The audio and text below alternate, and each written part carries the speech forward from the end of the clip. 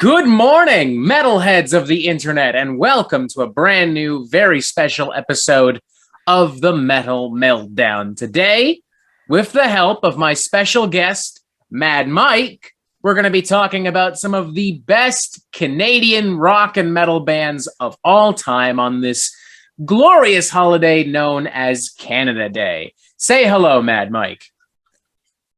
Hey, fucks. I had a feeling that, yeah. Yeah. How y'all doing? I didn't expect a hello. How are you? Nope. Guys, gals, non-binary pals, just, yeah, what up, fucker? Yep. Pretty much. It's my intro, and I have someone who wants to say hi. Oscar. Hell yeah. Right here. You know what? I guess with that in mind, may as well. Oh, yeah. One of these days. Little chompy. You got to schedule a play date. Yeah, let's just have a fight between, I guess, the Piranha Plant and King K. Rool on. Same difference, yeah. I don't want to be that guy, but I have a feeling an actual fucking alligator wins this. Yeah, that's fucking incredible. My Motorhead cup says hello too. This thing cost me $90. That's a good $90. Yeah, don't spend that much. I'm not someone who you should model your financial goals after, but that was $90 well spent. I don't care. But fuck it. Your money, you do what you want with it. It's all good. Exactly. Now, before we go any further, ladies and gentlemen, I want to address, because this will come up, because I know, I'm aware that Canada Day is a more controversial holiday nowadays. I understand that people are not observing it. I respect that. I understand it. For those of you who don't know what I'm talking about, on some level, kind of good, but also do some research. To those people, please understand this is not about glorifying the murder, the genocide of Indigenous or Native people here in Canada. This is all about just honoring some good old-fashioned Canadian rock and roll. That is it. Absolutely. So, yeah. So, but before someone, I totally understand where y'all are coming from, but I'm not the one to get upset with. Go get upset with your local politician. Go get upset with Christian leaders. They're the ones you should target your anger towards too. So, yeah.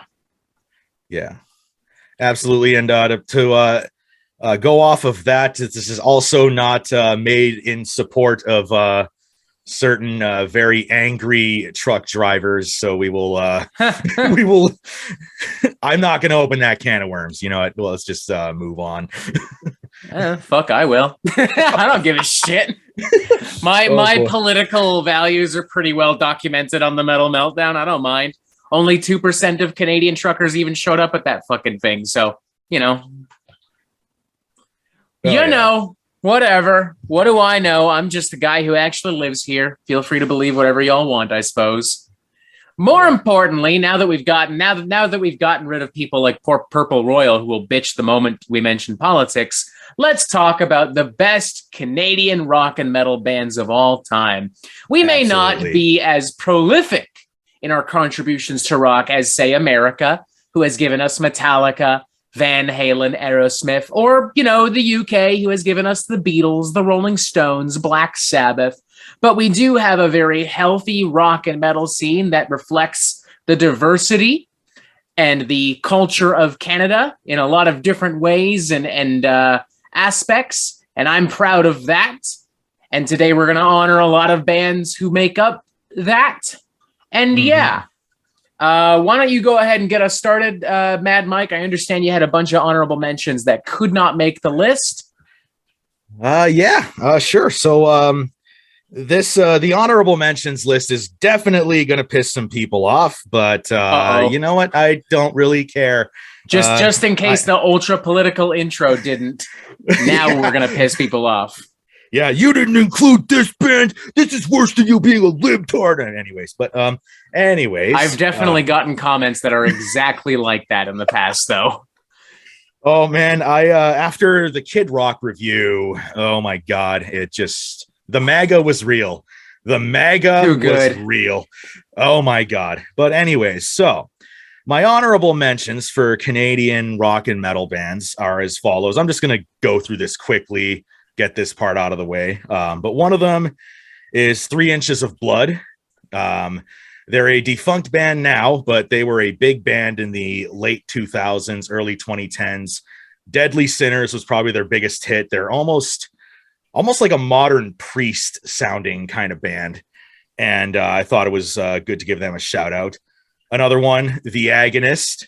I'm not sure what your feelings are on them, but great band. I like the Agonist. They've been a very relatively consistent band over the past 10, 15 years. And thought this would be a good shout out for them. Another one, I almost had them on the list, but their discography wasn't as consistent to be there. And that was Annihilator. Yeah, that is going to fucking rustle some jimmies to not have them on my list. I am sorry, everyone. It does not mean I think the band is bad. Okay, calm down. Please chill. Alice in Hell is one of my favorite thrash albums of all time. One of my favorite albums of all time. Jeff Walker is one of the... Or is it Jeff Waters? I said Jeff Walker. You said Jeff. I think you mean Jeff Waters. Yes, Jeff. Jeff Walker is the guy from Carcass. Yes. Kind of went in a different country there. I fucked up.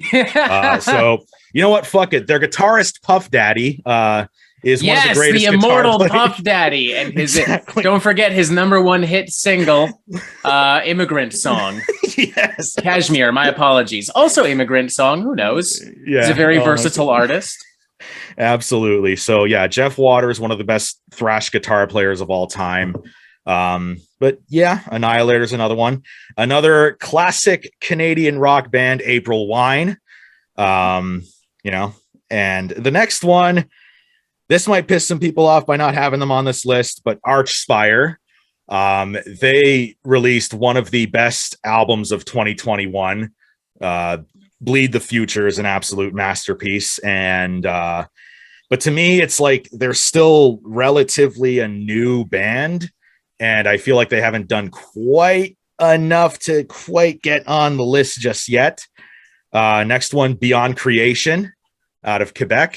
Not sure what your feelings are on that one. I haven't seen you talk about their debut, The Aura, is, in my opinion, one of the best tech death records ever made. Absolutely. But everything after that just has not hit. Yeah. I mean, it hasn't been horrible. Like, we're talking solid 3.5 out of 5s, 4 out of 5s. But I mean, The Aura is like a 6 out of 5, man. It's such an incredible record. Mm-hmm. And that's another one too. I saw them live. Actually, it was my last concert before COVID hit in 2019. They were fantastic. Another one, classic Canadian rock band, BTO, also known as Bachman Turner Overdrive. A lot of hits in the 70s. A lot of hits in the late 60s as well. Of course, we got Taking Care of Business, stuff like that. And, Ride, Let It Ride. I'm fucking forgetting the songs right now. Oh, my God. I am getting old and really, ugh. But, yes, BTO. Some people actually think they're American, which... I got to be honest, I forgot that they were Canadian for a second there. Straight out of Winnipeg. I have them on the freaking okay. Anyways, moving on. Kryptopsy. That's gonna rustle some jimmies by not having them on the list.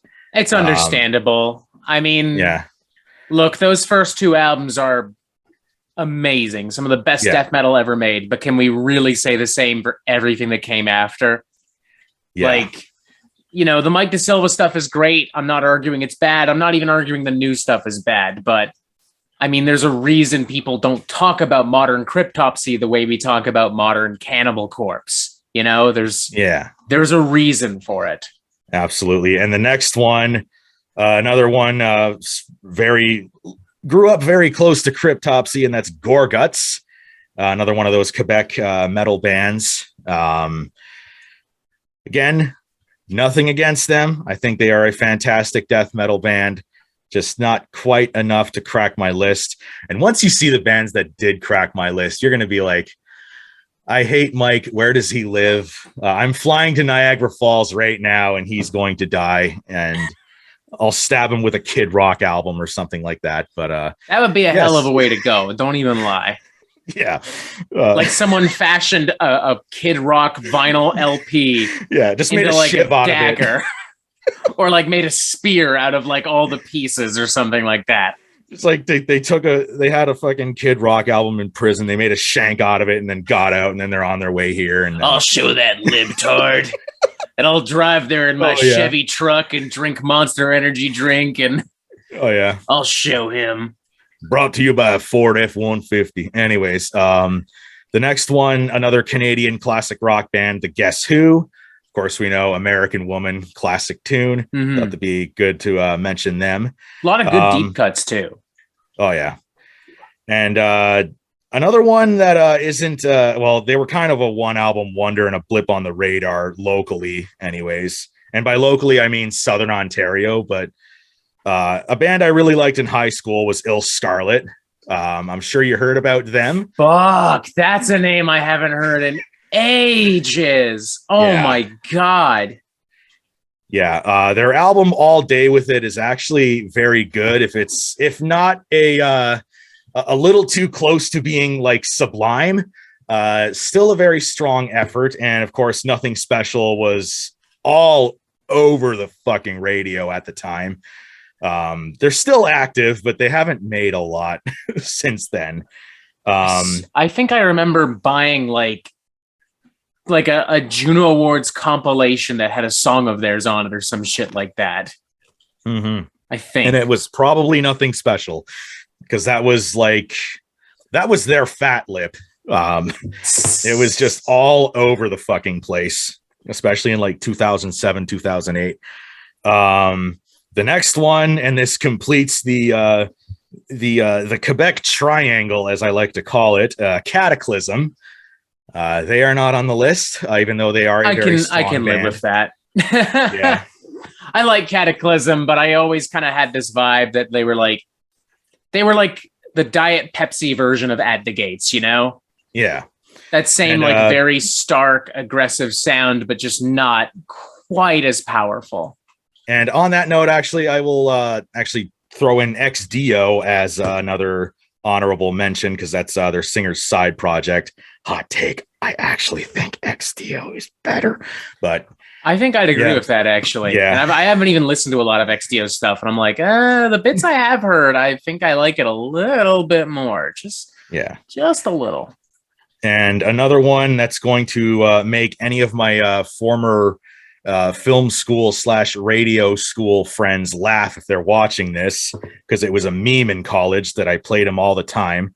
But Kim Mitchell, classic Canadian artist. He was the DJ on Q107, wasn't he, for a bit? He was, actually. Yeah, now that I think about it, yeah, he was. I can't remember how long, but before that, he was pretty much Canada's version of Huey Lewis. In a way, a little bit more rockier and heavier, but he was in that band Max Webster for a bit, and I think they had a couple hits, and then he went solo. Yeah, and then he did that's the Hold and just blew up everywhere. And another one, this is going to piss the most people off, including yourself, that they are not on this list, and that is Montreal's own Voivod. Honorable mention. I'm gonna have to ask you to leave right now. You're done. Yeah. That's it, ladies and gentlemen. Sorry, we're canceling this video. Oh, wait till you see who's actually on the list. Oh, now I'm fascinated because you've mentioned some of the biggest names in Canadian rock and metal. And so now I am so fucking I'm not even, I'm a little mad, but I'm more curious than mad. Oh, you're going to get the comments are just going to be like, don't ever have this guy on again. Fuck Mad Mike, that fat piece of shit. Fuck him. Fucking libtard. Exactly. I'm gonna fashion a hammer made out of smashed pieces of my Kid Rock and Scarlett vinyl collection. Oh yeah, absolutely. And fuck yeah. And you know what? I would have them at 11, to be honest, to be perfectly honest. Nothing Face, some of the albums in the 80s. Their recent one I actually really enjoyed. Can't think of the freaking name of it right now. Though I literally Synchro Anarchy. Synchro Anarchy. Yes, I have it right in front of me. Read, Mike. Thank you. All right. But yes, they are a very, very strong band. Also, obligatory rest in peace, Piggy D'Amour. Yes. So that is my honorable mentions list. And I'm sure I've already had people click X on the video. So yes. And let them. Okay. Look, man, if you're so fucking sensitive you can't even hear a list without getting upset, then I don't know what to tell you. I don't want you on the Metal Meltdown. Well, they're having a meltdown on your channel, so I mean that's part of why I chose that name, if we're being honest, many years ago, because it was just like, yeah, fucking now. And back then it was like I'm the one who had a meltdown. Like I was a fat little college kid, just like, this is stupid. I hate metalcore. This is dumb. And nowadays it's the other way around. It's like everyone else. Like I'm just like, I thought this album was pretty good, and I think you should check it out. It's not my cup of tea. It's fine. And then someone will be like, "How dare you? You absolute monster!" And it's like, I'm okay. So didn't someone like I think someone in your comment sections just like said you like were gay or something like that for liking certain bands? Probably. Yeah, you've gotten like a bunch of shit, but yeah, that would have bothered me when I was 17 maybe, but now I'm just like, all right, fuck it, I'm gay, whatever, moving on. Yep. It's like, if that's the best insult you got in 2022, then you're not even worth listening to. Like, come up with something. Same thing with like snowflake, libtard, cuck. Come up with something new, man. Absolutely. It's the same insults for like 10 fucking years now. Not even just me being on the internet, just like in general. Like come up with something new. With that Kid Rock review, for me, like it was hater bingo. Like it was like, you're fat, you're a libtard, and of course I got called a snowflake, which I felt like I unlocked an Xbox achievement when that happened, because it's like, wow, they called me the Thing. Great. Awesome. Oh, it's my fucking favorite when it comes up. I love how like you're a snowflake for not liking the Kid Rock record, but that entire Kid Rock record, he's just bitching and moaning about liberals and people who get the vaccine and politicians and social media. And it's like, bro, come on. You don't have to be a far right MAGA loving goon to see that this is just ridiculous. Or you know what I mean? Like it's how the fuck, you know what? Whatever. We're getting off topic. Brought to you by the new Silverado by Chevrolet. Brand new Ford Chevy F-150. In the spirit of the truck that does the thing or whatever. I imitate his voice all the fucking time here. I never can remember what he says, so I'll always just be like, the Ford truck, Chevy truck, F-150 truck, it does a truck thing, and then it fucking blows up. It blows up like the spirit of the Ghost Rider, and then fucking just sucks Trump's dick, and it's wonderful. America, fuck yeah. America, fuck yeah. Yeah, absolutely. Anyways. Yes.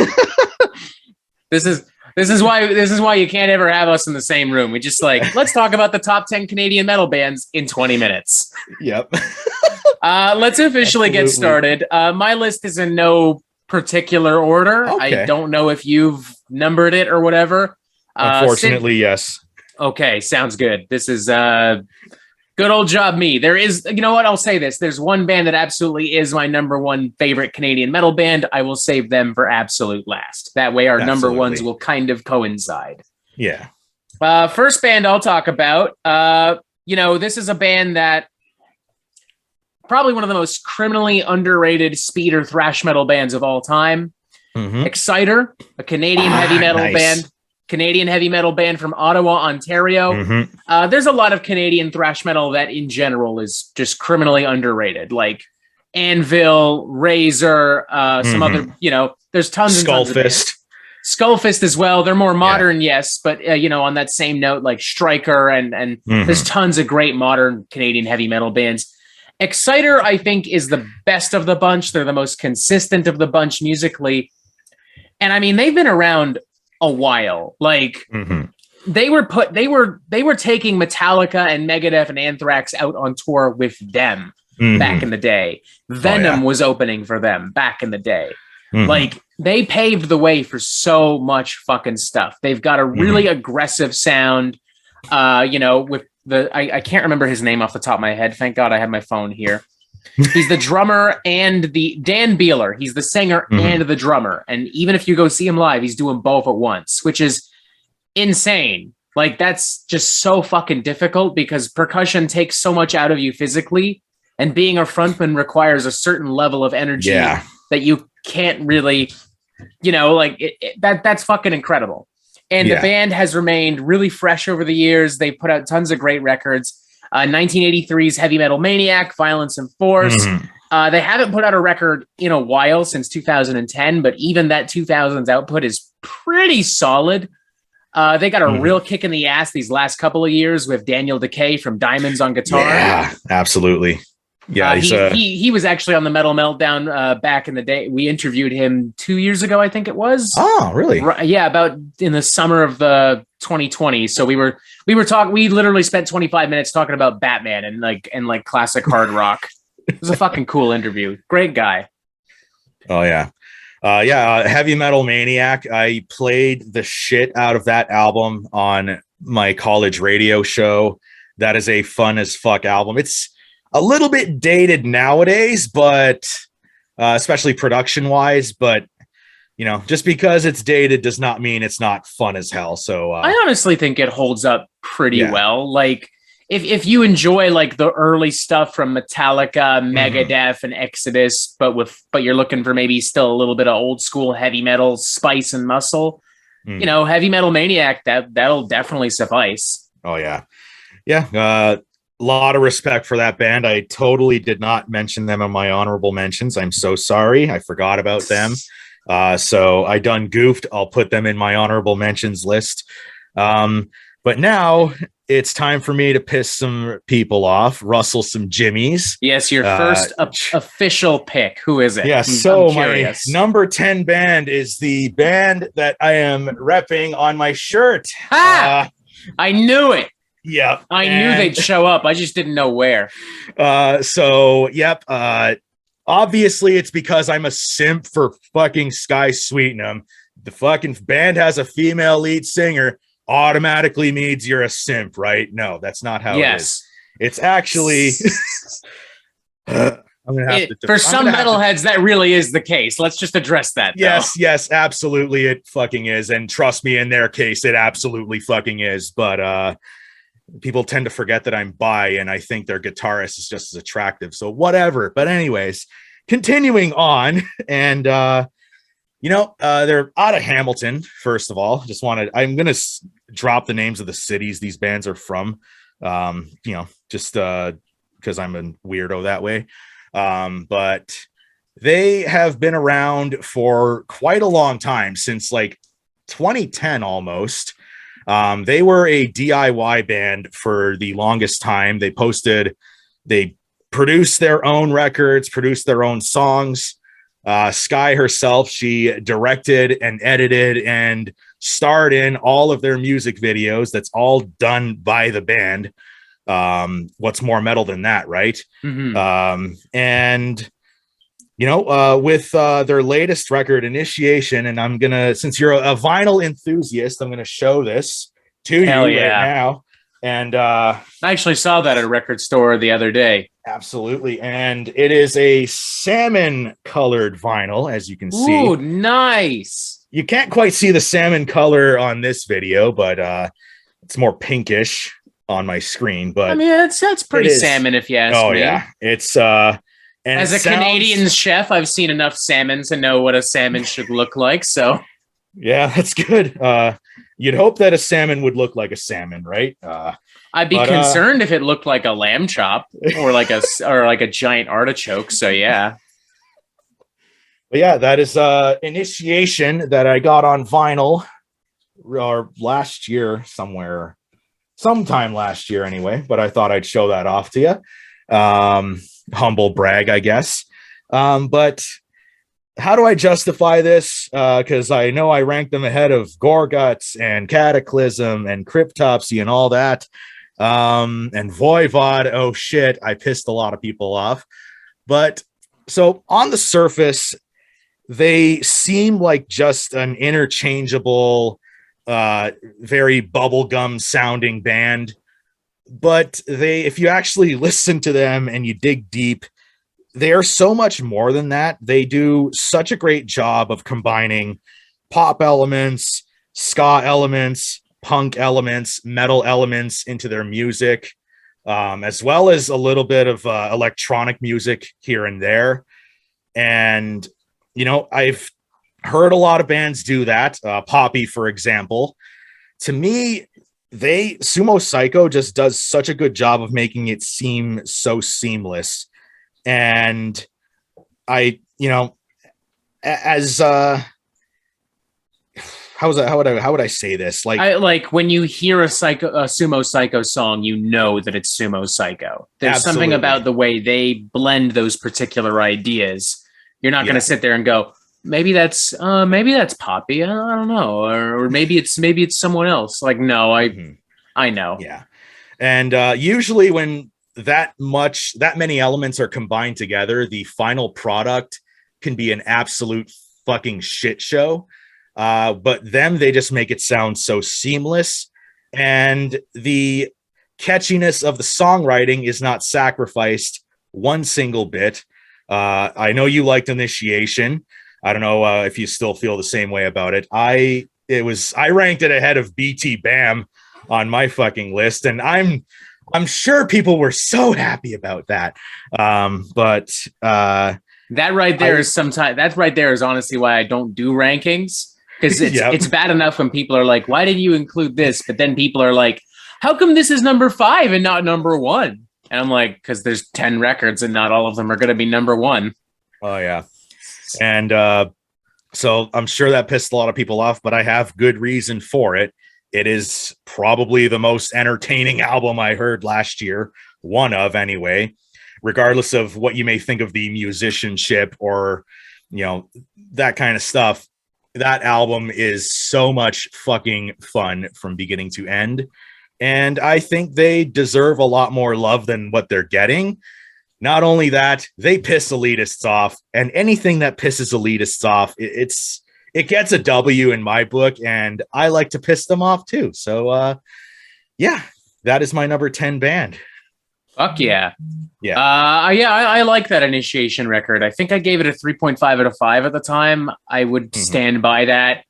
Pop metal is kind of a weird genre because by default, it's not going to be as innovative because pop is a very basic genre. I mean, I like pop, and let's not argue that it's the most experimental, progressive thing out there. Oh, yeah. But Sumo Psycho kind of found a way to make pop metal feel kind of fresh and exciting, which is that's really fucking cool. They remind me a lot of No Doubt as well. Something that's worth mentioning as well, Sky Sweetener, before she was in Sumo Psycho, she was already a Juno Award-winning pop singer here in Canada. Yeah, she was. She came out around the same time as Avril Lavigne exploded. She had a song called Billy S that was all over the fucking place at the time, and I guess she got kind of tired of being a bubblegum singer and just got a little bit heavier as things went along. And I'm enjoying this project to death. So. Yeah. Hell yeah. Also, they crush it live. I saw them live a couple weeks ago. That's where I got this shirt. And fuck yeah. Fucking hell yeah. Yeah. But anyways. Yes. Yeah, no arguments from me on that. They're a solid band. Next band I want to talk about, not really metal. I have mentioned them many times on the Metal Meltdown before, though. They are known as Tupperware Remix Party. Now people just call them Twerp for short. They are a Canadian band originally from Halifax, Nova Scotia. They eventually relocated to Toronto. I like to view this band as if Daft Punk was like an old school 70s, 80s funk synth pop band. Really? That sounds fucking interesting. Like the synthetic robotic Vocaloid vocals, guitars and drums and twin guitar leads, like there's hard rock influence. They've collaborated with Ninja Sex Party. They've collaborated with Chris Hadfield, the Canadian astronaut. Nice. They are just a wild band that does wild fucking shit. I love everything they do. They are without question one of the best live bands I've ever seen as well. Holy shit. Like I've seen them a couple times and they're all like in costumes and they all have characters and like every song goes out to all the ladies out there. And they always, you know, they have this running gag where like, this is the first song we're going to play tonight. And it's like, this is the 69th song we're going to play tonight. And this is the 666th song we're going to play tonight. And they just kind of just throw these arts, you know, these like, these numbers are meant to, they go, we're whatever. The 420th song we've played tonight, right? Something exactly. Like just like these are the numbers that piss people off, apparently. And they've done tons of great records, like a lot of great EPs.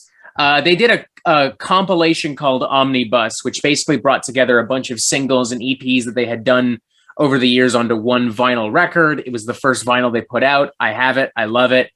Other stuff like Together Through Time, New and Improved, Over the Top, like consistently some of the best pop rock and hard rock and funk rock I've heard in recent memory.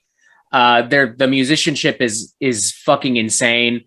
They're just a fucking fantastic band. Like literally look up any song, any album, you're guaranteed to find something that you love. They've just got that broad of an appeal and that exciting of a sound and presentation. Nice. Well, confession by me, that is the first time I've actually ever heard of them. I'm just gonna crawl into my hole and die now. It's all good. No. But you know what? They've got more of a cult following here in Toronto. Like they've seen success other places, but you know, they can play a big venue here in Toronto. In Albuquerque, New Mexico, not so much. They're one of those kind of bands. Gotcha. Well, I'm definitely going to check them out. I've already followed them on Spotify, and I will check them out after we're done here. Fuck yeah! So yeah, I will fulfill that commitment and see what they're all about, because you made them sound super, super fucking interesting. They are a band that I've been bugging them about this. They should make a metal album because they've already got like the heavier riffs, and I feel like with that synth pop vibe and like the robotic vocals, I'm like, you guys could make a really weird fucking sci-fi prog record with this fucking shit, and they have the talent for it. Like the musical chops are in fucking sane. Oh yeah. Well, if we want to move on to my number 9, absolutely not. Let's focus on my list forever. Okay, sweet. All right, what's your next band? No, go for it. It's all good. So, is it Kid Rock? No, I'm kidding. Yeah, his epic hit Canadian. That would be a real fucking. That'd be one insane plot twist to find out that Kid Rock, a man who has basically tried to brand himself as the Republican Eminem, is fucking Canadian. What a fucking plot twist that would be, huh? Yeah. I am Canadian badass. Anyways, okay, where were we? I was at my number 9. Yes. It's a good thing you started this a lot earlier before you have to go to work. But yes. Yeah, I was hoping I'd get to record something after this. It's beginning to look like I won't. I'm so sorry. It's all good. Don't worry. All right. So my number 9 band, we're taking the classic rock route here. And we are talking about a legendary Canadian power trio that I have at number 9, and that is Triumph. I fooled some of you, didn't I? Had a feel. I thought I knew what you were. But we can address that band because I know they'll show up at some point. We can address that band when the time comes. Tell me about Triumph. Triumph. They are one of the best Canadian classic rock bands of all time. Actually, one of the most legendary Canadian bands of all time. So legendary, in fact, that legendary metalhead himself, Sam Dunn, did a documentary on them for Banger Films. I can't remember what it's called now, but it talked about just how underrated they were and just how good their music was. And, you know, they have a lot of really strong albums from the 70s and 80s. Just a Game is one. Allied Forces is another one. That one is a fucking banger to this day. And of course, The Sport of Kings in 1986. They're kind of, if somehow you've lived under a rock and you've never heard of them. If I were to describe them in any way, it would be like Canada's Journey in a way. So much so that I almost called them Journey. I feel that. Yeah. They have a lot of really big hits. Lay It on the Line was their biggest one. Fight the Good Fight was another one. Magic Power almost sounds like a Journey song in itself. That's why I call them Canada's Journey in a way. Of course, Follow Your Heart. Lot of fucking really good albums. Lot of classic hits. And I feel like they've mostly been forgotten about nowadays. Maybe I'm wrong there.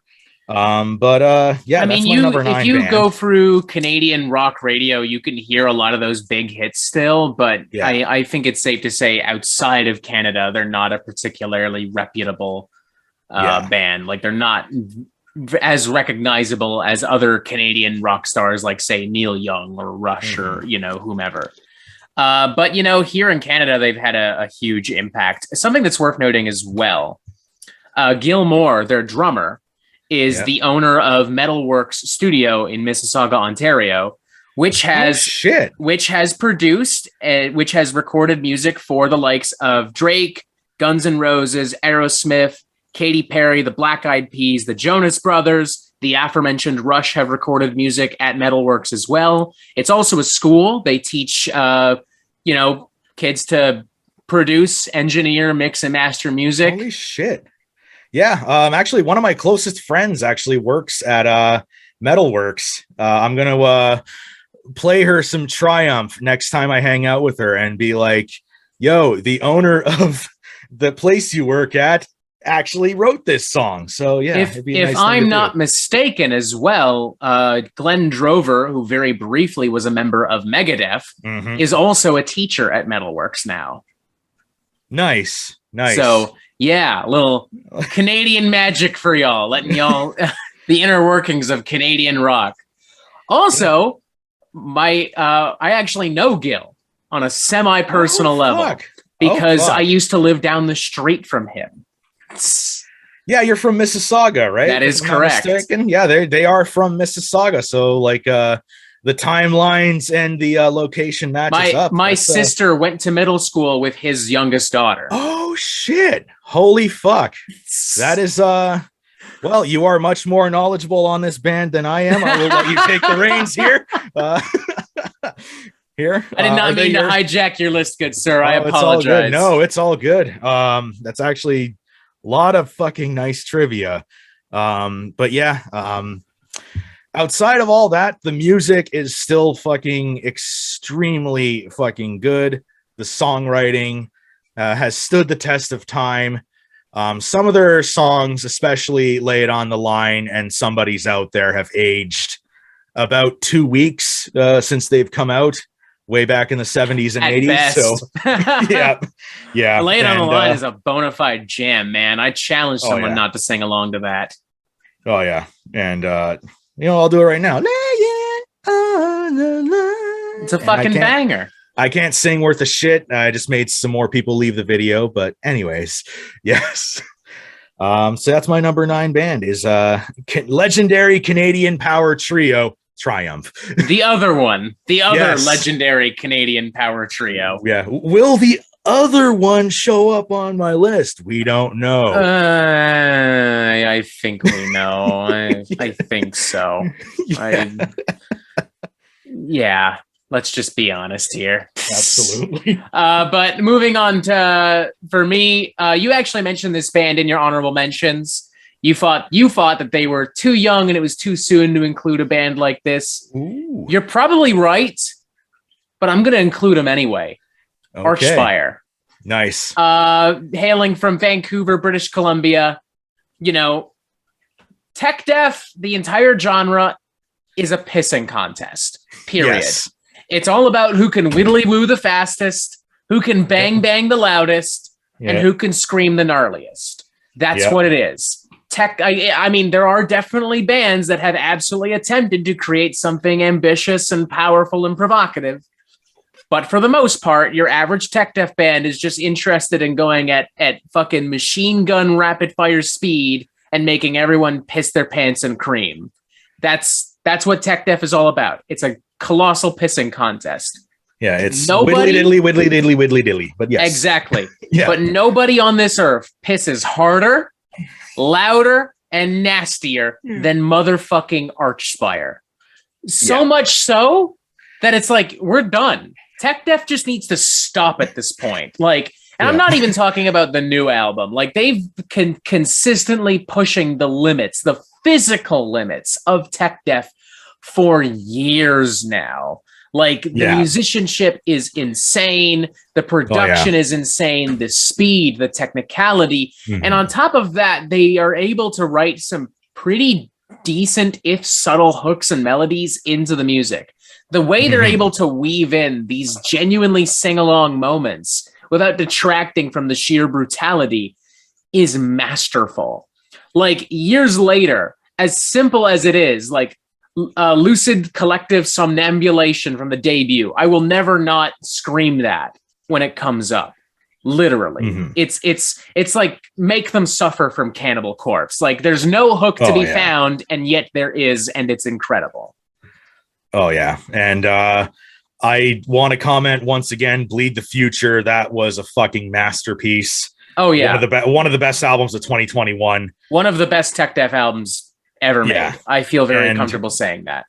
Do you feel like they've killed tech death because they're so good? They kind of did to tech death what Eminem did to Machine Gun Kelly. Like, just killed it so hard that they're just going to play other music. I feel like, you know, one of two things has to happen. Either tech death bands have to find a way to really step things up on a technical level, which they won't, but they'll try to. That's likely what's going to happen. What they should do is they should refocus on songwriting. Yes, they should. Absolutely. Tech death needs to evolve, because if your entire goal is to just play fast and loud, I'm sorry, we have a Canadian band who just won a Juno. Might I add, best metal hard music album, whatever the fuck that category is called. Like, this is it, guys. Like, there's no one who pisses louder, harder, and nastier than Archspire. That's it. The contest is over. You can piss as much as you want. It won't matter. Yeah. And as good as the music is, what stands out to me to them is Ollie Peters. That guy is a human minigun when it comes to vocal patterns. Absolutely. It's fucking insane. It's gotten to the point where we have to, like, he has to have his own, like, little, like, we can't just say that he's doing guttural vocals or you know, he's doing like shotgun gutturals, as some people have been calling it, because it literally is a shotgun burst. Like, it's so fast. The flow is insane. And he picks that up too from like a lot of classic gangster rap and golden age hip hop. Like, this is not something he picked up after listening to fucking Obituary and fucking Atheist or whatever. Yeah, like, it's almost like a combination of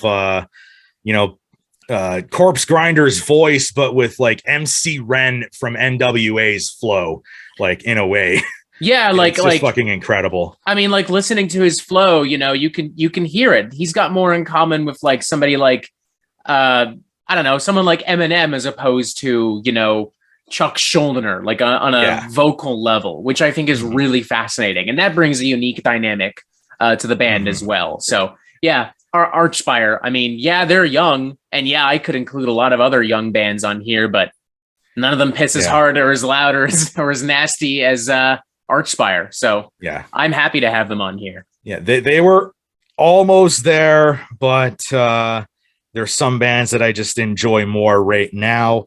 Of course, my list is subject to change on a daily basis almost. It's really sad, except for my number one. Well, wait, spoiler alert, but totally worst kept secret in the world what number one's going to be. But I think we've already kind of foreshadowed who it could be.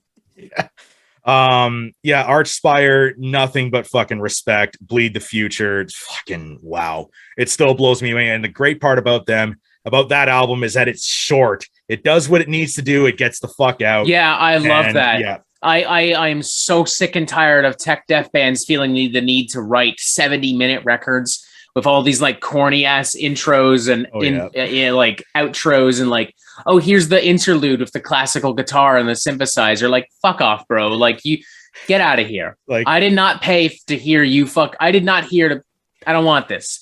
To play your fucking jams, go the fuck home. Please. It's like shopping at Walmart. Get your shit and get out. Exactly. Exactly. Absolutely. All right. So, Archspire, one of the newer Canadian bands, and I'm going to one of the older Canadian metal bands at my number 8. It is Toronto's own speed / thrash / proto power kind of metal legends, Anvil. And I mean, yeah, they had to show up on here in some capacity. Yeah, absolutely. Side note, I saw them live about a month ago.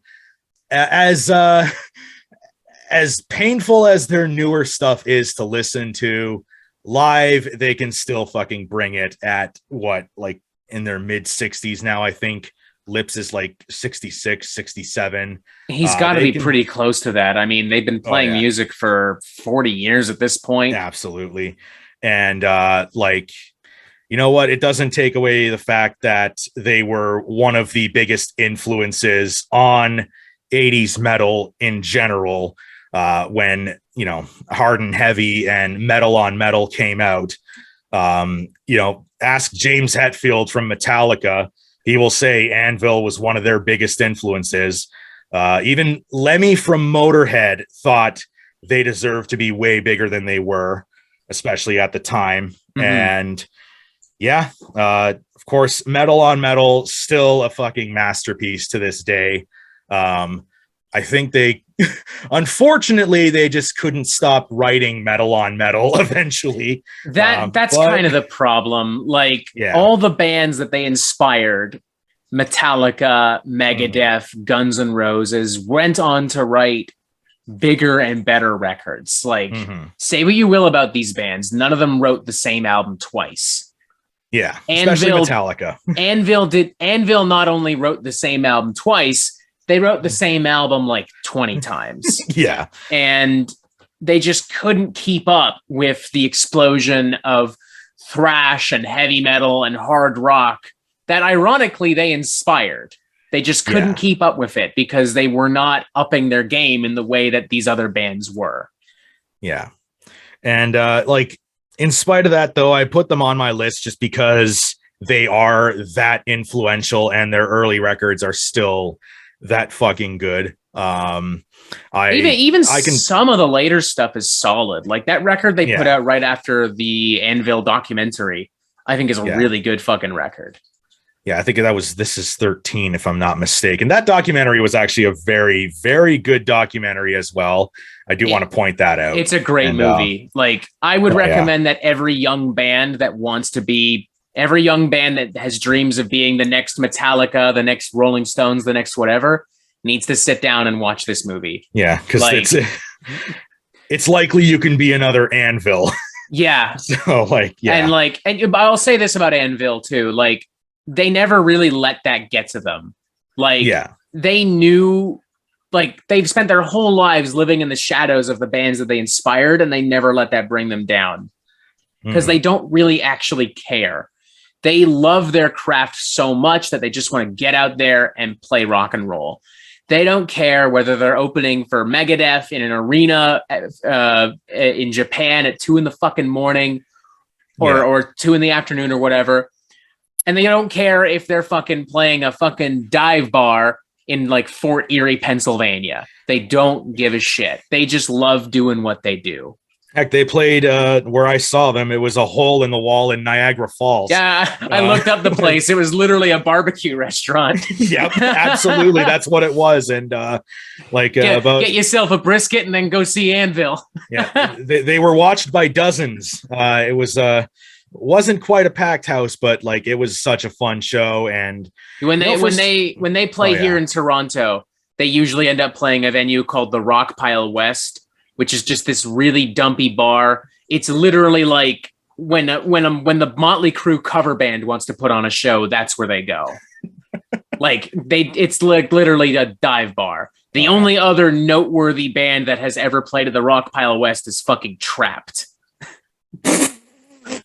So that should give you an idea as to I'd rather see the Motley Crue cover band. Yeah. On a I'd rather see the on a double bill with the Motley Crue cover band. I'd rather see the Motley Crue cover band than actual fucking Motley Crue at this point. But oh god, yeah, that's a whole other fucking thing. That's a can of worms we should not open. But I made a TikTok basically being like, yo, Motley Crue fucking sucks now. And that TikTok has over 500,000 views now. Oh man, yeah. It is officially my most watched video on any platform. That's how it be sometimes, I guess. My Simpsons video just passed like 45,000 views, and it's like one of my most poorly edited pieces. Actually, I'm looking at it now. This TikTok is close to 600,000 views. Oh, lovely. I don't know if you can see it there. You can see the number 600,000. I can see a lot of blurry faces, but somewhere in there, 600,000. Oh yeah, it's fucking yeah. Fucking and I'm sure follow the Metal Meltdown on TikTok. I do because we blowing up apparently. I don't have a TikTok. Shit. I was against it for a while, but I've reached so many fucking new people because of this shit. Plus, I'm pissing off more boomers than ever before, which I love. I love it. Absolutely. For that reason alone, everyone go on TikTok. Help me piss off as many boomers and Gen Xers as possible. Yeah, you know what? That might sell me on it. Pissing old people off. You damn kids these days. Why can't you read newspapers like we do? Anyways, go to bed, Grandpa. Anyways, so that Anvil is my number 8. And let's move on to your next band. Hell yeah. My next one is Cancer Bats.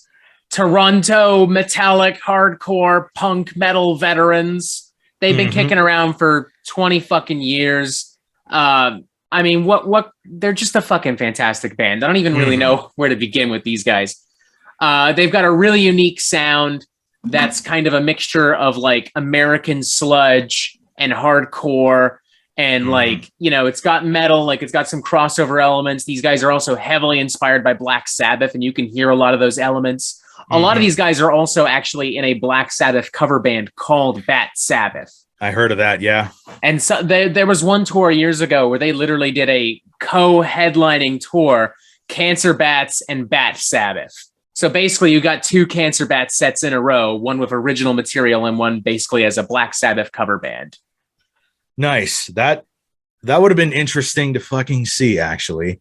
And I mean, they've continued to do some really cool tours. Like they've been on tour all spring, I guess now too, with Comeback Kid and Misery Signals, former of which another great Canadian hardcore band. Since we're on the topic, Comeback Kid, Comeback Kid, yes.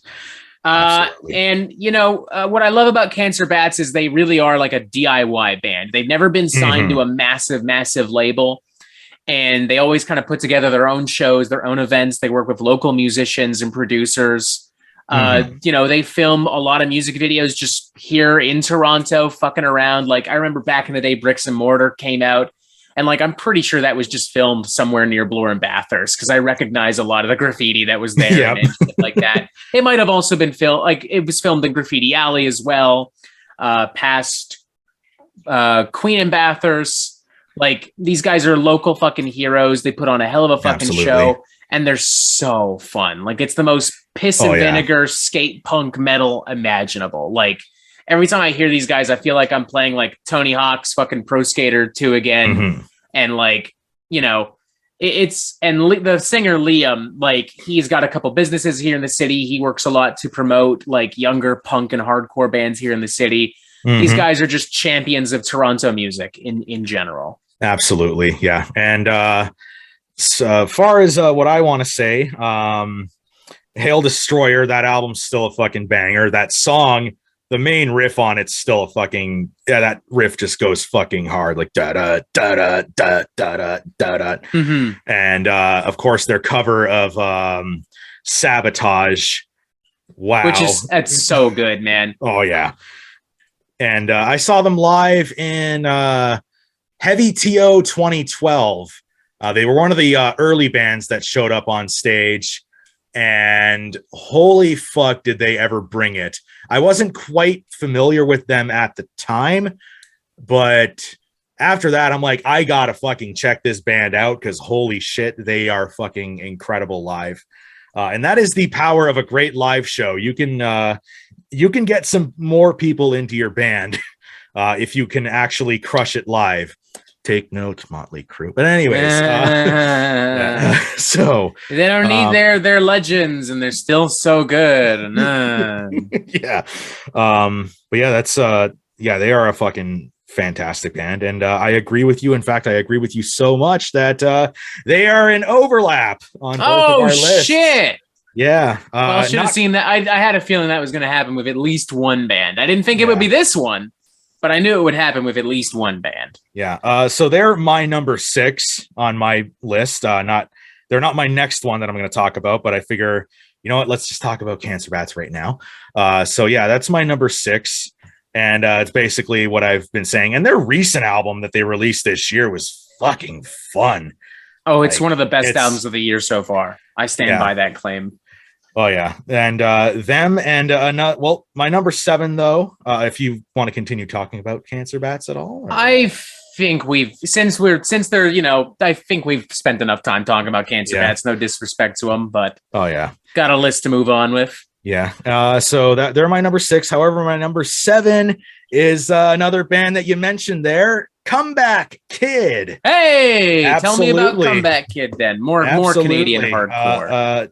A hardcore Canadian band out of fucking Winnipeg, the same place that gave us BTO, really radio friendly classic rock band, gave us Comeback fucking Kid. They've been going at it for a fucking very long time now. 2003 was actually when their debut, and that is almost 20 years ago. Do you feel old? I know I do. But they are, and I'm ranking them ahead of Anvil, a very legendary Canadian metal band, because Comeback Kid, I feel, has been, and Cancer Bats, actually, I feel like they both have been a lot more consistent. Yes. And regardless if like they're not as innovative, it's still entertaining as fuck. Heavy Steps this year is what a great record. It's actually one of my favorite albums of this year. Just fucking like gnarly riffs and breakdowns for days, man. Oh yeah. And that one song they did with Joe Duplantier from Gojira. Yeah, that was a fucking banger. That was a collab I didn't know I needed until it happened. And then you got it, and it's like, wow, this is the collaboration we didn't deserve, but the collaboration we needed. But yeah, they've been one of the more consistent bands since they've been going, even though they're not as well known as, say, Cancer Bats, I feel. Cancer Bats is definitely the better known, but I will say I think Comeback Kid is stronger in some aspects. Symptoms and Cures in particular, their 4th album, all the early stuff is good, but that particular record, I would say, is one of the best Canadian punk records ever made. And actually, I'm now learning, because I just looked it up for shits and giggles, it was recorded at Metalworks Studio in Mississauga, Ontario. Good old Metalworks. That what a small world, eh? Absolutely. Wow, that place, it's quite popular. It's like a fucking hub of sorts, almost like a metal hardcore hub place. Not that kind of hub. I'm talking about like a hub. It can also be that kind of hub. A lot of sexy tunes coming out of there. Just saying. We don't kink shame here on the Metal Meltdown. It's all good. Yeah. Do they record on leather couches? I don't know. But anyways, yeah, Comeback Kid, that is my number 7 band. Number 6, of course, Cancer Bats. We had an overlap, so I'm not going to cover them again. But yeah, one of the best Canadian hardcore bands to come out, and they have not slowed down one bit, if Heavy Steps is to indicate any of that to us. So I look forward to seeing what they're going to do next, and I love everything they've done. Well, pretty much everything they've done since they've come out. So, yeah. Hell yeah. For me, the next one on my list should not be a huge shocker. It's another band I talk about a lot on here. I interviewed their lead singer last year. A lot of people thought that he was going to be a special guest in this video. I apologize to those of you who thought that he is not. But his band is here nonetheless. It is Protest the Hero, a Canadian progressive metal band from Whitby, Ontario. They've gone through a lot of different sounds and phases over the years. They originally started as a pop punk band called Happy Go Lucky. And that pop punk influence, I think, is important to note because it has absolutely had a huge impact on their development. Like with Ketsia and Fortress, you know, they went into like kind of metalcore territory. I've always been hesitant to call them a metalcore band because they're just kind of not. Well, yeah, they're good. Wrecked.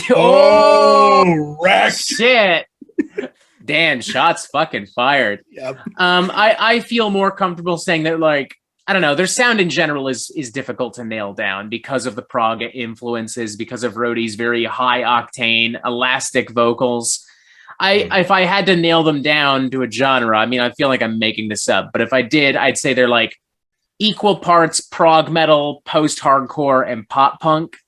And it has given them like a really unique sound and edge through records like Ketsia, through Fortress, and you know they've continued to innovate as time has gone on. Like they're one of the more ambitious Canadian metal bands. Like Volition was completely crowdfunded, which is kind of insane. That just wouldn't happen today because no one has money anymore.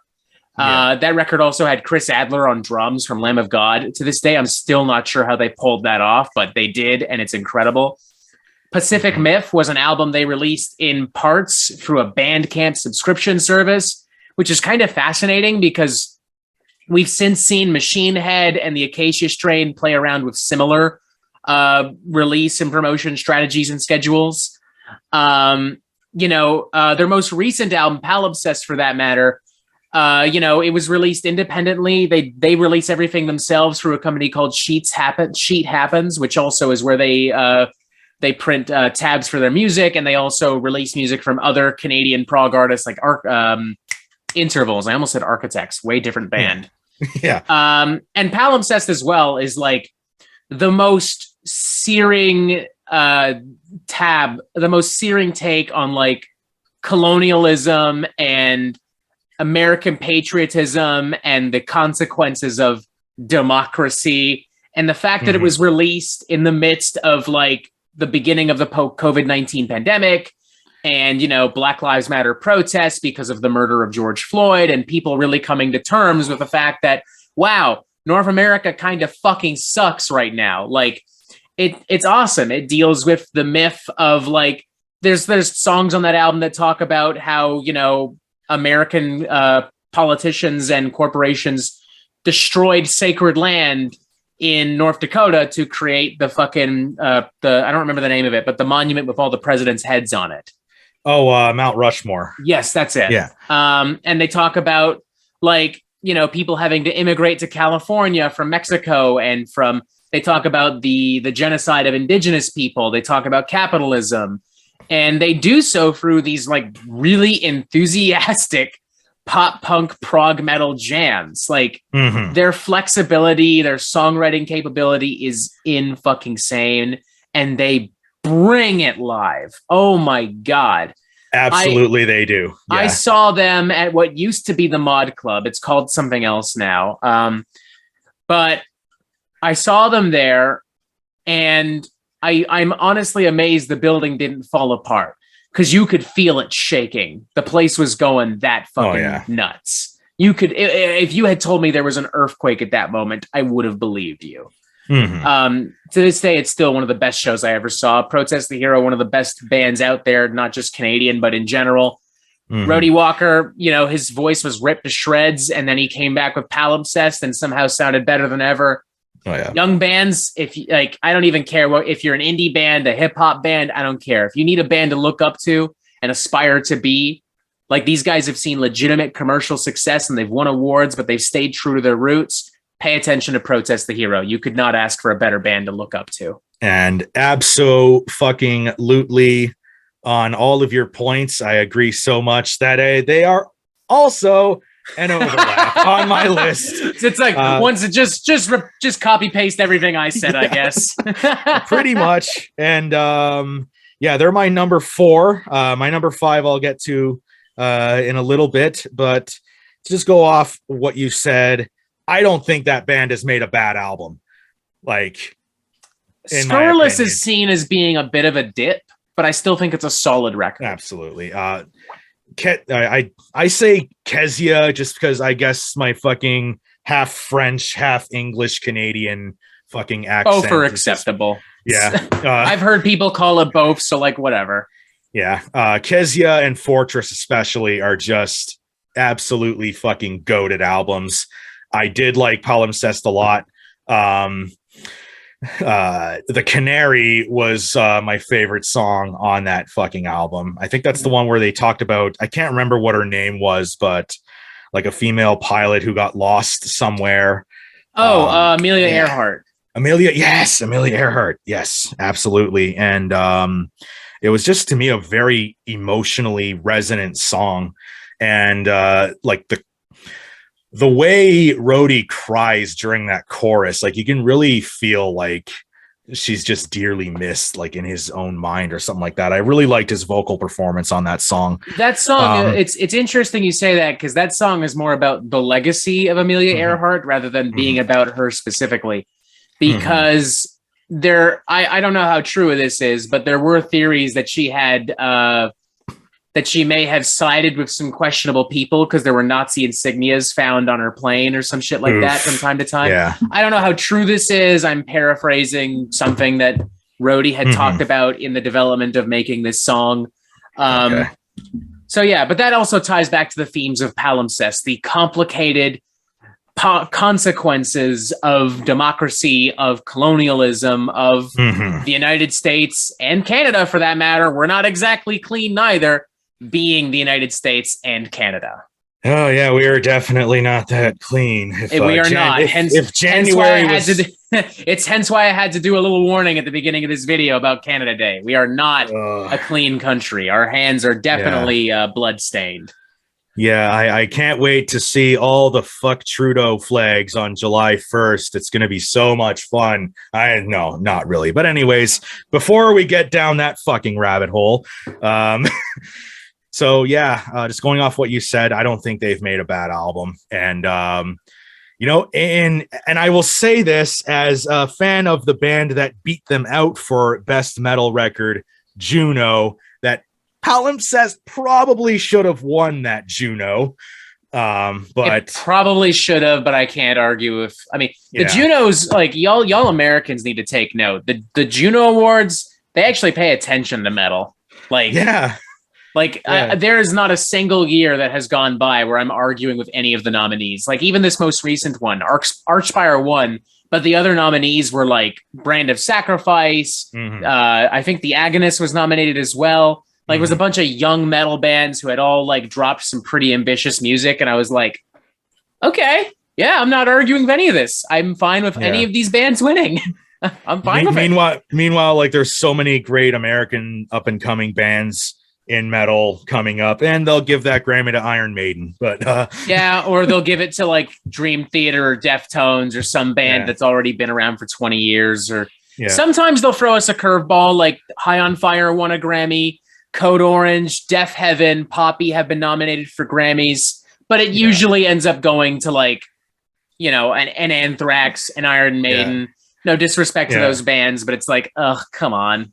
Yeah, it's more just like, well, you know what? Let's shut your fans up, so give them a Grammy sort of thing. But Protest the Hero, and I feel maybe this is just me, but I feel like they're not as well known or like as popular around the world as they are in our region. Like they're Southern definitely Ontario. Bigger here in Canada, definitely. And that's kind of unfortunate because with their sound and the way they combined, as you said, pop punk elements with prog metal and, you know, the M word, as I say, metalcore. Oh, man, I love pissing those fans off. But anyways, like their way of combining it like how Sumo Cyco combines their shit, Protest the Hero combines this stuff, and it feels fucking seamless. And the songwriting is not sacrificed one fucking bit. No, not at all. So, Yeah, Kizia, Fortress, masterpieces, two of the greatest prog / math / whatever, insert genre here, black metal, kid rock metal of all time. I am not a fucking blackened expert on post porno grindcore. There we go. Boom. We got it. I love at a certain point just making up like genre labels, just like, you know, it's like, it's not poop fart balls metal, it's shit cunt lick metal, you know? Or like those like elitists that get really like, it's not technical brutal death metal, it's brutal technical death metal. It's like, what's the fucking, I don't know, man. Yeah. Whatever. It can, yeah. Why argue with these Z people? I am not a genre Nazi at all, so like, ugh, I get annoyed with that. But yeah, for the sake of a review, I'll bring up subgenres, but I don't actually really care. Like, I'm just like, all right, they're melodic post-black gaze core grind. Sure, why not? Yeah, whatever. Prog tech death post thrash pre glam. That's Pestilence. Yeah, spacey. Yeah, elements. Exactly. But anyways, very spacey out of 10. Actually. Yeah, they're my number 4. Do you want to actually I'll get to my number 5 if you want, or if you want go for it. Yeah, it sounds it sounds like the lists are starting to overlap, so at a certain point we'll just be doing this together, but for now continue. I don't think you're going to have this band on your list, but I might be surprised. This one's going to piss some people off. This is a pop punk band, legendary pop punk band out of Ajax, Ontario, by the name of Sum 41. Huh. I have they're definitely not on my list. Yep. And how do I justify putting them on here and not Voivod? Oh God. So I'm still on. I'm sure people watching this are still on like me not putting Voivod on here. But how would I justify this? They kind of get lumped in to that whole pop punk scene a little bit unfairly because they are much heavier than their pop punk contemporaries, much more metallic than their pop punk contemporaries, but they still kind of get thrown in that same group as say Good Charlotte and Simple Plan and God, I'm having like Vietnam flashbacks to my days in elementary school hearing these names. Yeah, and it's kind of unfortunate, and you know, they're mostly known for Fat Lip / Pain for Pleasure. That hit was all over the fucking radio. It was all over MTV and Much Music at the time. I think it was on a couple movie soundtracks. I know I heard it on one of the American Pie soundtracks back in the day. I remember, sorry to interrupt you, but I do remember not only, I remember there was one movie in particular. I think Sum 41 did a song for the Spider-Man soundtrack back in the day, like 2002 Sam Raimi Spider-Man. I think if I'm not mistaken. And if I'm correct, then yes, here we are. Okay, so the song is called It's What We're All About. It was on the soundtrack for Sam Raimi's Spider-Man. It's Sum 41 featuring. Can you guess who the special guest is on this song? Oh no, I'm gonna regret putting them on this list, aren't I? Guess? Is it Bad Croaker? No. No. Oh boy. Shit. Opposite end of the music spectrum. Oh. Like heavier than like someone who has no business being in the same room as Sum 41. That is, you know what? I'm kind of stumped. I got to hear this. It's Kerry King from Slayer. Wow. Really? Yeah, look it up, folks. It's What We're All About by Sum 41 featuring Slayer from the Spider-Man soundtrack. Captain Whammy Bar Abuser himself. Wow. And he is on a fucking major movie soundtrack. He was on the Spider-Man soundtrack. Yeah, because like the minute you said that, my mind went straight to fucking Chad Kroeger. Because of and they say that you can save us. Oh God, that was all over the fucking place. But the opening lyric to that song, "I'm so high." Yeah, it's just like, I bet you are, Chad. I bet that's how they got you in this. Oh my god. Yeah, because that song was everywhere and so fucking annoying. Oh, it was such a huge hit. Yeah. Back to Sum 41. Spider-Man is not Canadian, so we're gonna have to move on. Yeah. But yeah, they are a much better band, a much heavier band than they're given credit for. They actually covered Master of Puppets by Metallica and did I don't think it was on a record at all, but I think they did it live somewhere, or they do it live sometimes, and they absolutely fucking crush it. Okay. They have 3 albums that they released in the early 2000s: All Killer No Filler, Does This Look Infected, and Chuck.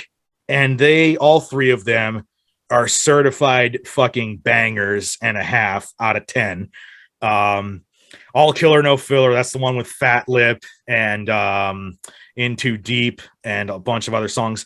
Pain for Pleasure is essentially a fucking Judas Priest song. I don't know if you've heard that one. Yeah, Sum 41 is not a band I ever paid like a ton of attention to, so you're very much on your own with this one. Well, shit. Well, I got nothing to say. Bye. Anyways, no, I'm kidding. Does This Look Infected has one of their most well-known songs of all time, Still Waiting. The Hell song was one of their biggest fucking hits. My favorite album from them is Chuck. And this, I could be going crazy right now, and that's normal for me, but it could be almost borderline thrash. If you take the ballads out, it is almost a fucking borderline thrash album. Okay. It could be. I mean, I just have to take your word for it because I've never listened to the record. A lot more pop punk elements, but like they have a song on there called The Bitter End, which is a big homage to Metallica. You can hear Battery in it. You can hear Creeping Death. You can hear, there was another one, Through the Never. Like, they just combine a whole bunch of Metallica songs into one, and it turns into one of the fucking heaviest songs they've ever done. We're All to Blame. Very super political song about how this was released in 2004, right around the war in Iraq times. And to describe the lyricism in the song, it's basically just how America has just gone way too fucking far with their power and wanting everything. And now, oh shit, they're going to have to fucking reap what they sow. You know, back onto the political talk you were talking about. Yeah, there's a lot of Canadian. I mean, music in general is much more political than metalheads want to admit. But Canadian rock and metal in particular, we don't fuck around, man, and we don't waste our time worrying about the left versus the right. We just get straight to the fucking issue at hand. Yeah, and I don't want politics in my music. Then why do you listen to metal and punk? And don't listen to music. There's nothing more political than music. You can go back. You can go. I mean, for God's sakes, the entire rock and roll genre was appropriated from black spirituals and gospel and country music and European jazz and swing. We've literally stolen so much. How is it not political? Even how is Elvis having to be censored from the waist down not political because they didn't want young women to go crazy? They had to control them. Think about it, folks. Come the fuck on. Use your brains for a second. Even in metal, the first metal band, Black Sabbath, War Pigs, bro.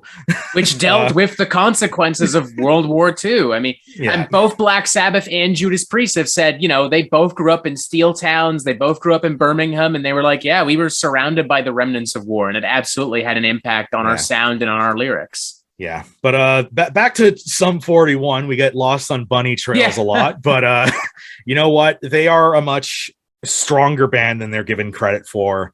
Much heavier band than they're given credit for.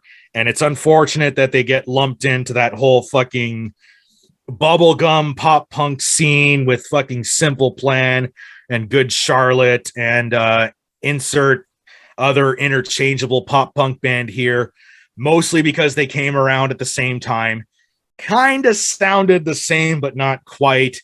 And also their lead singer, Derek, was married to Avril Lavigne for a short point in time. So that didn't help their image that much. And why did you have to go and make things so complicated, Mike? Anyways, sorry. I hope I didn't deafen you. But No, I'm good. Don't worry. But yeah, that was yeah. That's when their singer realized he wasted his time and became a casualty of society. But anyways, those 3 albums anyways are just fucking certified bangers, and they have aged incredibly well. And speaking of aging well, they have aged so much better than their pop punk contemporaries. Yep. I'm looking straight at Blink 182 right now. I'm looking Fall Out straight. Boy, who are like a total pop band now. Green Day, who are just father of all motherfuckers. Just one of the worst rock albums ever made. Yeah, and but Sum 41's most recent album, Order in Decline, is fucking awesome. It can be considered a fucking metal album if you really want to look at it. And yeah, they've aged so much fucking better. Then they have the right to. Yeah, and they've remained much more consistent than all of their contemporaries. And putting them at number 5 on my list is going to piss some people off. I'm going to get called a poser quite a bit in those comments. I don't give a fuck. They deserve to be on this list. They deserve to be on my list. They were one of my favorite bands growing up, still are to this day. And yeah, I hope I know you haven't paid much attention to them, but I hope I've been able to somewhat win you over with. Yeah, I'll check out some of the jams you've mentioned. They're not high on my priority list, but yeah. You know, I do tend to actually listen to all the bands y'all send my way, even if I don't review them. So, yeah, it's all good. To anyone watching, if you hated them, please give them another chance. If you haven't heard of them, give them a chance. You might actually, at the very least, check out It's What We're All About from Sam Raimi's Spider-Man, featuring Kerry King. And then you just the crowning glory, the crowning achievement of their discography. Oh man, this is going to be another Puff Daddy, isn't it? Good, it better be. Sum 41 and Spider-Man invented pop punk music.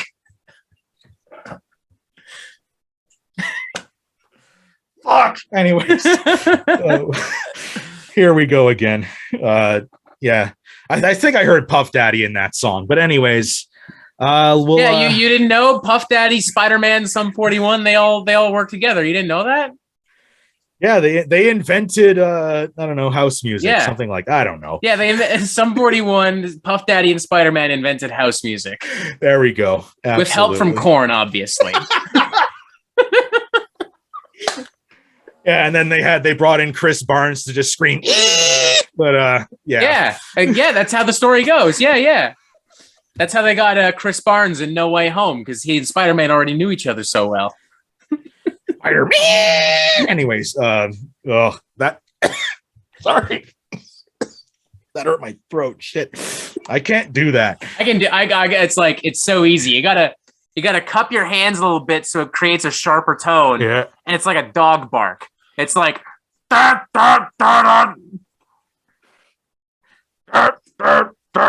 you go. Spider-Man does whatever a spider.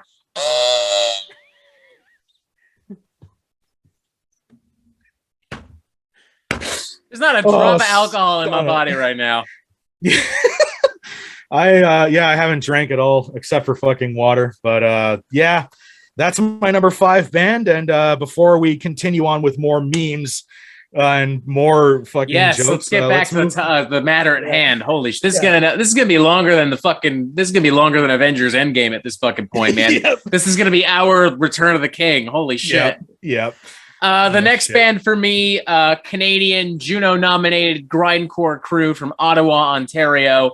Fuck the Facts. I've mentioned these guys a couple of times on this channel. I've mentioned them on other channels as well. These guys have been around for like 22, 23 years at this point. They've never really seen a lot of success or acclaim. They've been a resilient force in the underground, and they've been consistently responsible for some of the most aggravating, introspective, and experimental grind out there. Like tons and tons and tons of great records. Their most recent one, Plein Noircur. I'm probably not pronouncing that correctly. It was incredible. It was one of my favorite records of 2020. 2015's Desirable Rot was fucking fantastic. Both of these were released independently. You know, they've jumped back and forth from Relapse. They were on Relapse for a bit. They were on a record label called Ghetto Blaster Recordings. You know, records like Stigmata High Five, Disgorge Mexico, Mullet Fever. They've done some EPs, which are great as well. I own a couple. 2011's Misery, which was self-released. 2013's Armor, which was also self-released. Like, they just constantly put out tons and tons of fucking jams. Their singer right now, I can't remember her name off the top of my head. Melanie Monjon, she is one of the best fucking grind extreme metal singers in the fucking game. No one comes fucking close. One of the few bands on this list I haven't seen live, and I hope to change that someday because they are just absolutely fucking insane. Every time they come to Toronto, they usually play a really, really, really small club or bar, like the Velvet Underground or like the Bovine, but smaller than that. So I'm super pumped. They would probably play at like a place like the Hard Luck, something like that. And, you know, they just fucking bring it, man. Like, everything they do is just absolutely incredible. They've been one of Canada's most resilient, most exciting, and most interesting underground bands. And for that reason alone, I would feel like a fool to not have them on here. I've never quite paid attention to them, but they are another band that I've added to my Spotify list. So I will give them a chance, and I will listen to that album. I'm French Canadian and I can't even pronounce it correctly, probably Plein Noir or something like that. But so I'm butchering it too. Don't feel bad. I butcher shit all the time, man. I just own it at this point in a video. Like, I'll just be like, Herbie Derby Derby. I don't know. Yeah, something like there's that. a reason why I cook and talk about shit music for a living. Like, you know, it's like, you want to fucking give me shit on pronunciation. Don't waste your time. Don't waste your fucking breath. Oh yeah. But I'll add them to my list. And the way you made them sound, I'm like, you know what? They sound at least like they're going to be fun to listen to. So I look. Yeah, like if you like the more experimental flavors of Napalm Death, but like darker and like more aggressive and more metallic and grimy, then I think you'll really dig like Fuck the Facts. Okay, Fuck the Facts it is. Yeah. But that's a band that I will definitely check out. So I said my number, or do you want to continue? Oh no, I'm good. It's all okay. So my number 4 was Protest the Hero. Insert what we just said about them prior, and I'll leave it at that.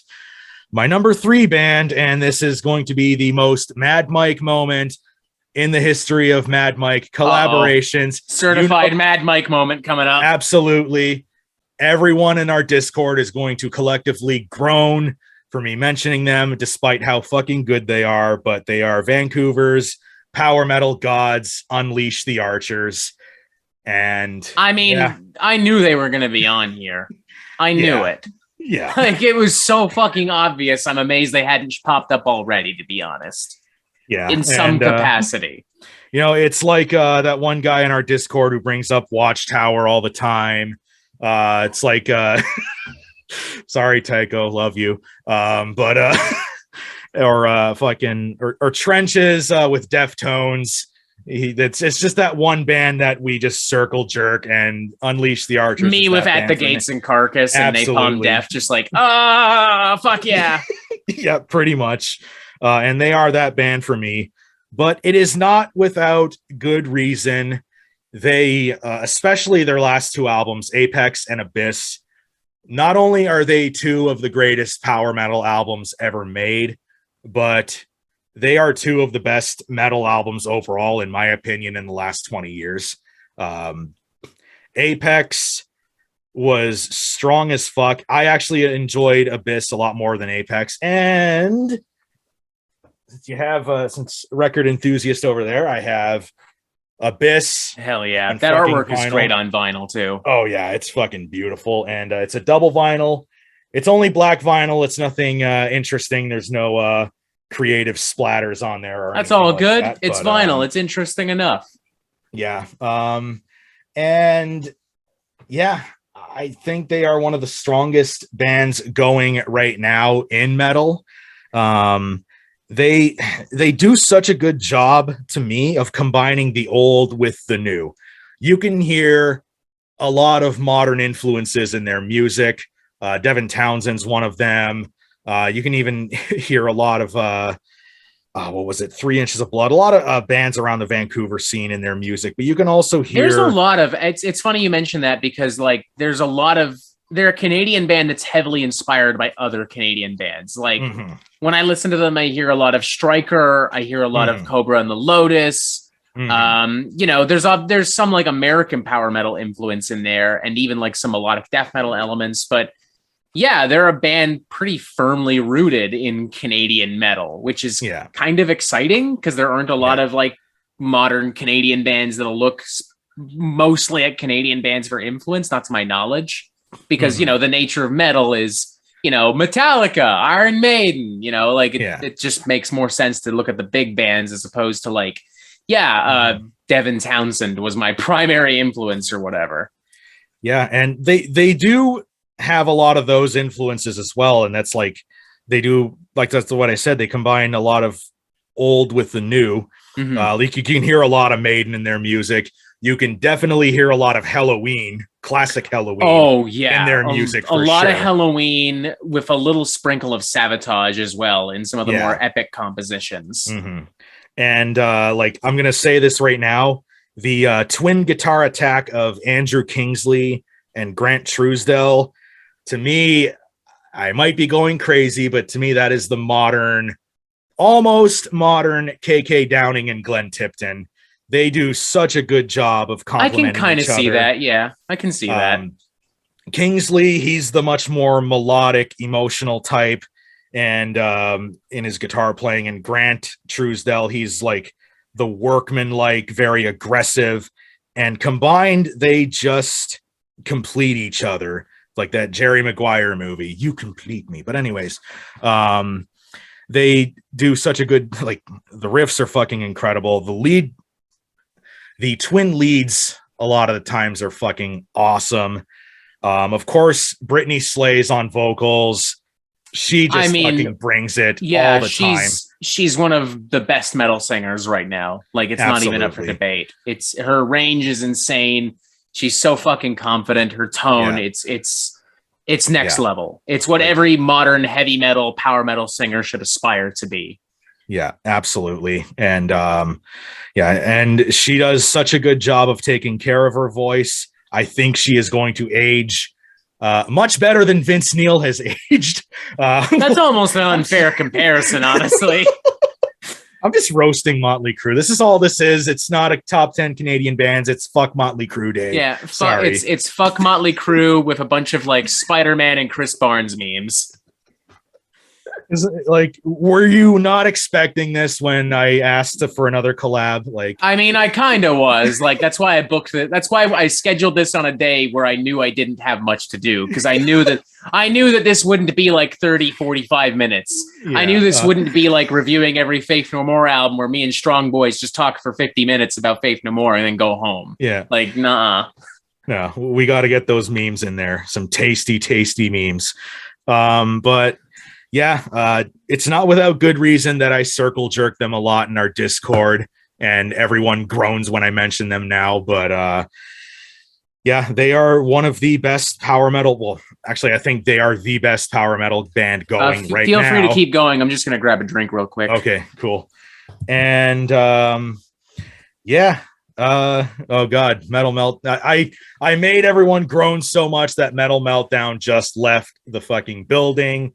Oh God, I'm on my own now. But Unleash the Archers to me are one of the best, well, the best power metal band going right now. And they have two of the best power metal albums of all time. Yes, so I just made a joke that I made you groan mentioning them so hard that you just left. So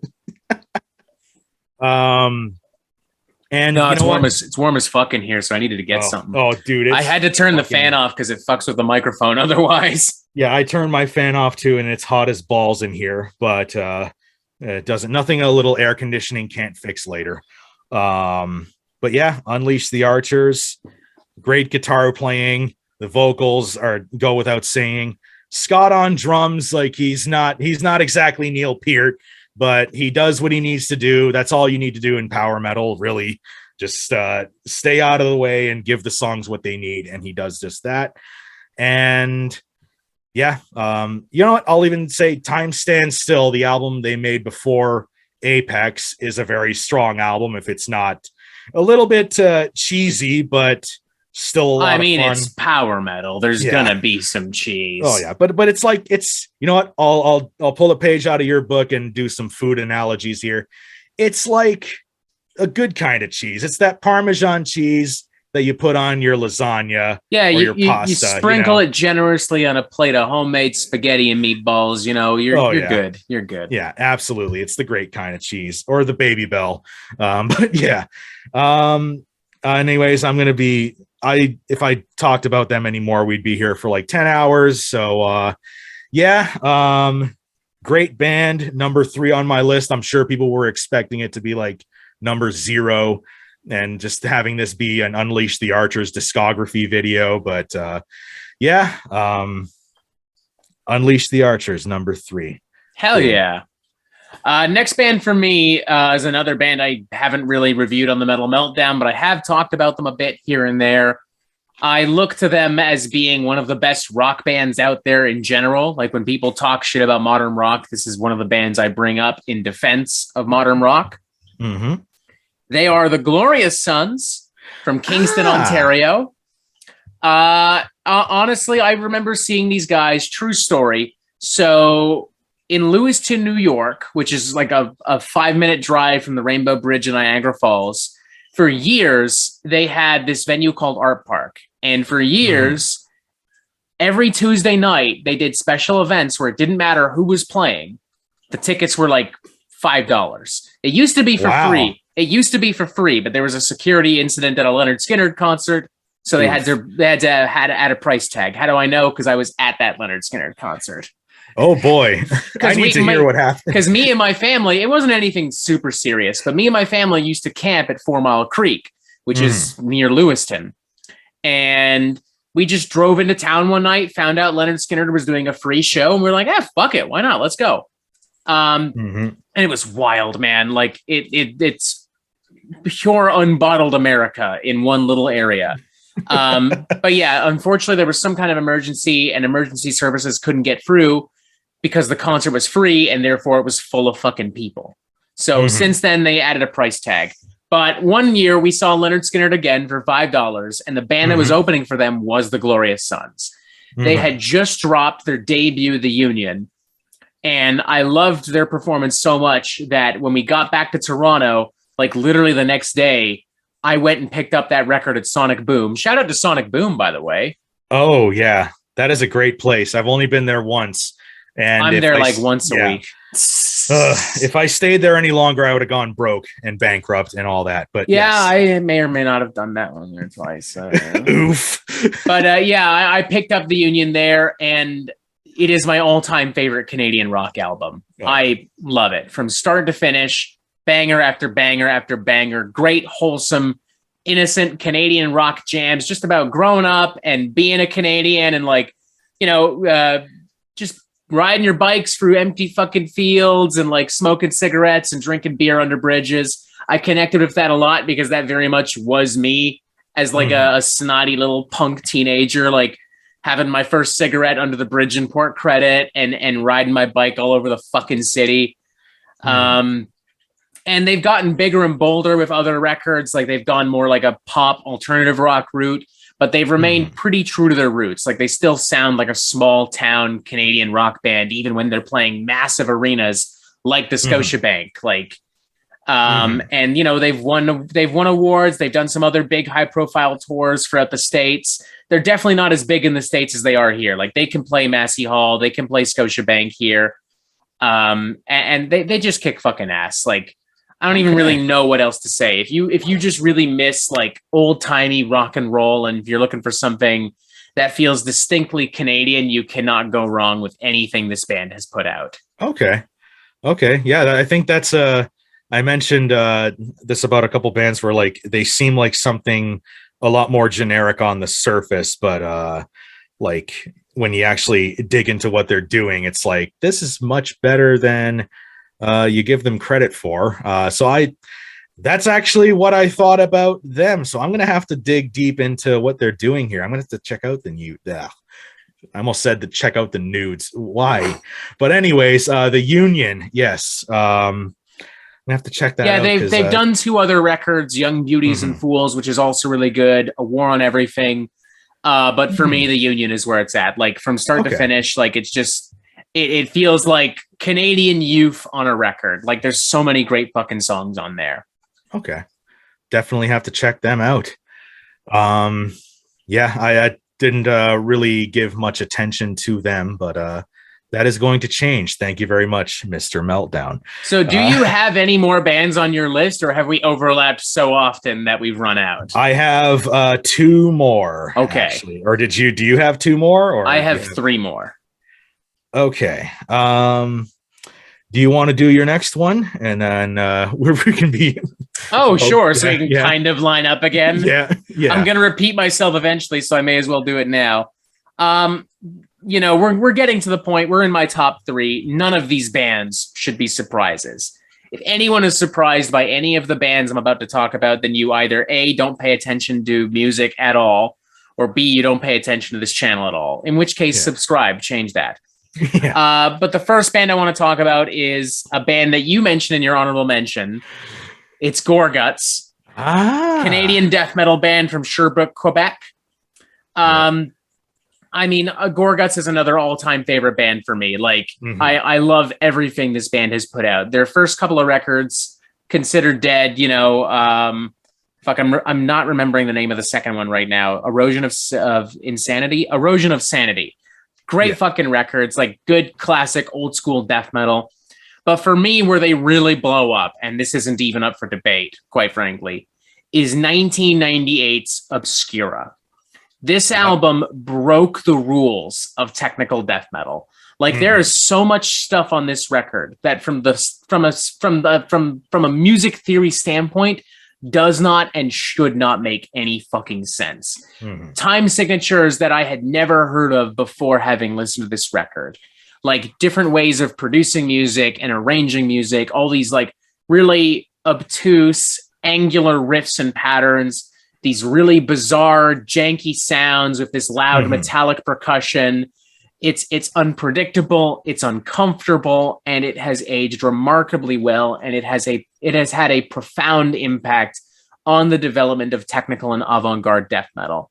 Like you can draw a line straight from Obscura to bands like Imperial Triumphant, Liturgy, Artificial Brain, Pyron. Like it's clear as fucking day. So much so that you'd have to literally be an idiot not to see it.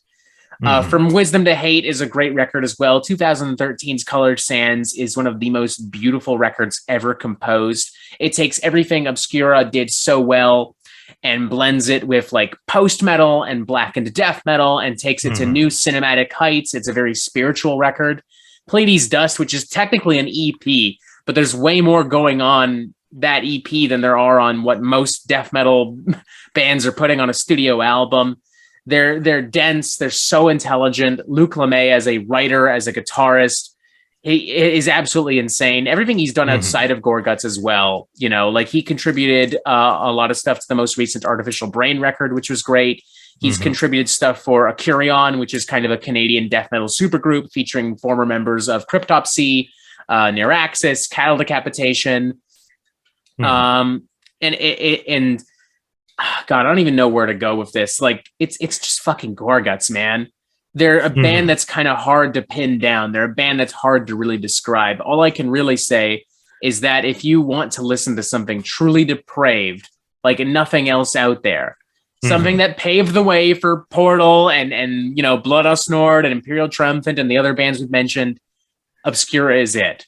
Like, this does for tech death and avant-garde metal what Slaughter of the Soul did for melodic death metal and metalcore. Like you can trace so much of what these genres did back to this one album. Absolutely. Yeah. Obscura was an album I jammed a lot on my my college radio show, and I fucking love that album to death, and I concur everything you say about it. And you know, I probably pissed some people off by not having Gorguts on my list, but you know, me in particular. Oh no, it's okay. I mean, I knew it was going to be on my list, so I was like, it's still going to be here. Like, whatever. Yeah. But yeah, I like Gorguts too, and I haven't listened to them in a while. I'm gonna have to fucking get back on that. That's the thing when you're like listening to a whole bunch of new releases, you just start like forgetting about a whole bunch of shit you used to listen to, because it's like you're just trying to keep up with everything. And I don't know if that's something you deal with. I can kind of feel that. I mean, I listen to music like all the fucking time. When I'm editing videos, I'm listening to more music. I'm on the bus going to work and I'm listening to more music. I listen to music at work.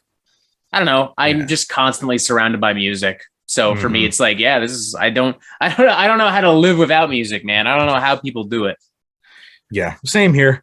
But yeah, so that's your number, or you don't have a numbered list, but yeah, it is your... but we can safely say that these final three bands are in my top three, if you like.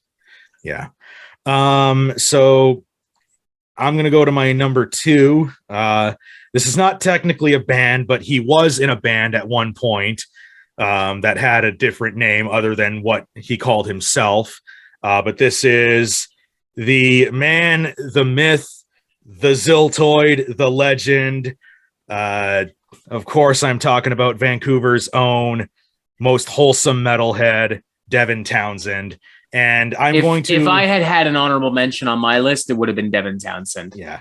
And I'm just going to go ahead and break the fucking rules. I'll just throw in DTP, Devin Townsend Project, and Strapping Young Lad in there as well. We can kind of just pool everything he's done into one comfortable little group that we can call Devin Townsend. Yeah. Because I mean, he's done so fucking much, and all of it is so uniquely Devin.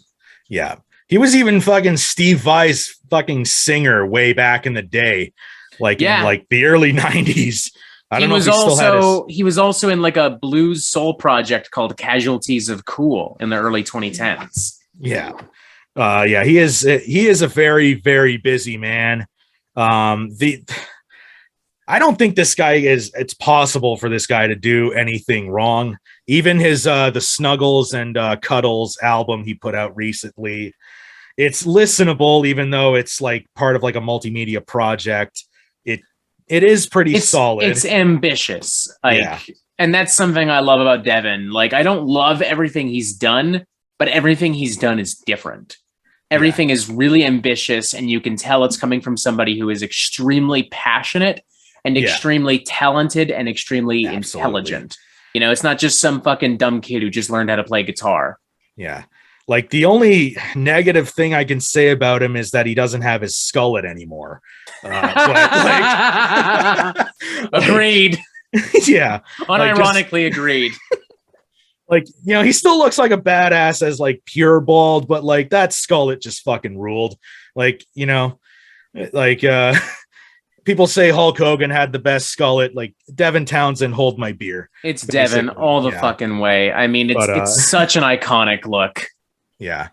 Like, his stuff in Strapping Young Lad was fucking incredible, especially with Gene Hogland back there on the drums. I said Hoagland, right? It's Hoagland, Mike, you fucking moron. Boo-hoo. Let the fucking people in the comments complain. Don't you worry about it. But Alien from Strapping Young Lad, that is one of the best fucking prog albums. Prog / I don't even fuck the piss fuck cunt metal. There we go. Yeah, piss fuck cunt metal. That's it.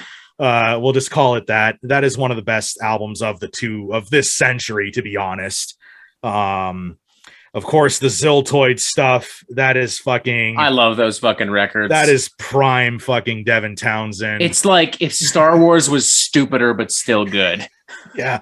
Isn't it like the concept of it like fucking aliens wanting to invade us because they need coffee or some shit? Man, something like that. It's pretty out there, even by his standards. And I love the song March of the fucking Poozers.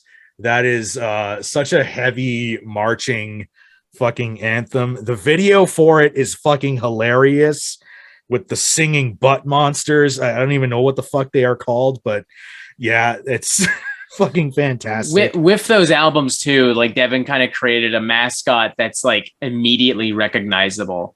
Like it's not quite Eddie, but it's not quite not Eddie. Like if you know Ziltoid, you know him. Oh yeah, fucking Ziltoid, man. And you know what? His most recent actual album, I guess, not part of a multimedia project, but Empath. I absolutely adore that fucking album.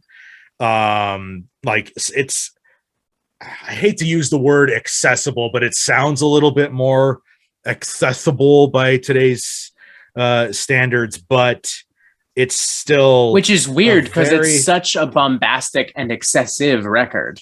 Yeah. Like I think in my review I compared it to a Las Vegas buffet, like just endlessly an endless pile of fucking nonsense of extravaganza and like fatty food, and it kind of feels overwhelming. Yeah, and you can hear like a lot of influences from Enya of all fucking artists, especially on the song Spirits Will Collide. There's a lot of like new age influence, I would say. Yeah. A lot of new age and adult contemporary in like the past few solo albums that he has done. Depends on what project you're looking at, I guess. Yeah. That was part of his that's just Devin Townsend, and then there's Devin Townsend Project, which has the Ziltoid stuff and songs like Kingdom and Deadhead, classic fucking bangers right there. They had he had this, well, Kingdom, it was it blew up in the fucking reaction community. And it's funny because he was doing that performance to just show off this like guitar shop, but it just became a huge fucking hit in the vocal reactors community. Like this one vocal reactor called the Charismatic Voice, the only reaction channel I pay any fucking attention to. Oh, her content's like, yeah, because she's like a classically trained singer who actually analyzes the music instead of just going, whoa, whoa. Like, I'm fucking side note, just stop it. Can you please contribute anything to a song other than, whoa, it's so brutal. I'm sick of it.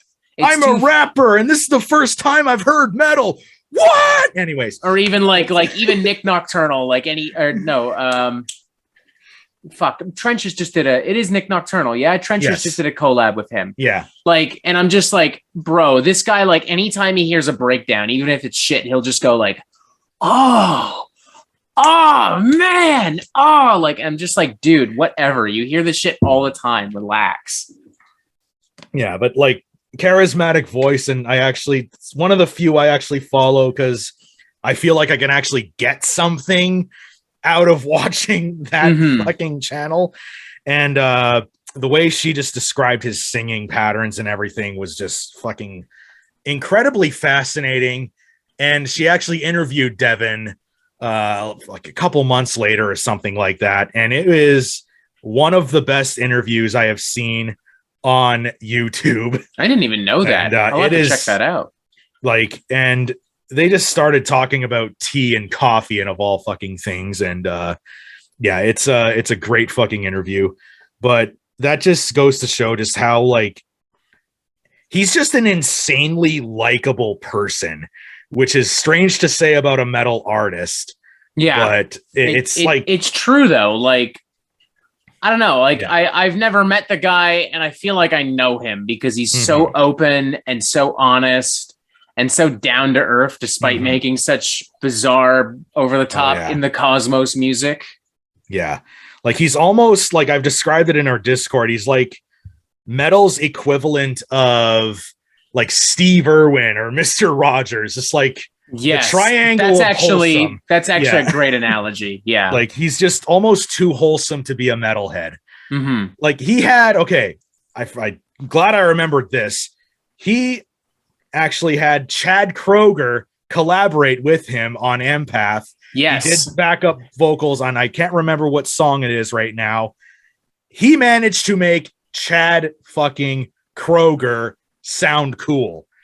That album was loaded with guest stars too. Like he really poured his heart into that fucking record. Absolutely. It's kind of insane.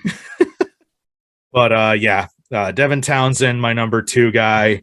Even as I just said, Unleash the Archers takes a lot of influence from him, especially on their most recent album.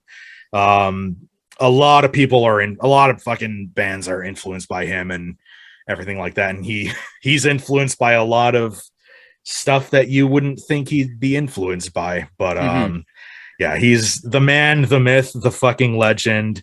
And I cannot wait for his new album that got delayed until October, unfortunately, but I'm sure I will enjoy it. And a man like him can take as long as he wants on a record, because I know even if it's bad, it'll be interesting. So he can take as long as he wants. And it won't be bad, but even if it is, it'll be interesting. And that's sometimes the most you can hope for when you're reviewing music constantly. Yeah. And that's another thing too. Like, he's not afraid to just get fucking weird with his music. Like, But anyways, before I ramble too much, because we definitely haven't done that enough. Oh yeah.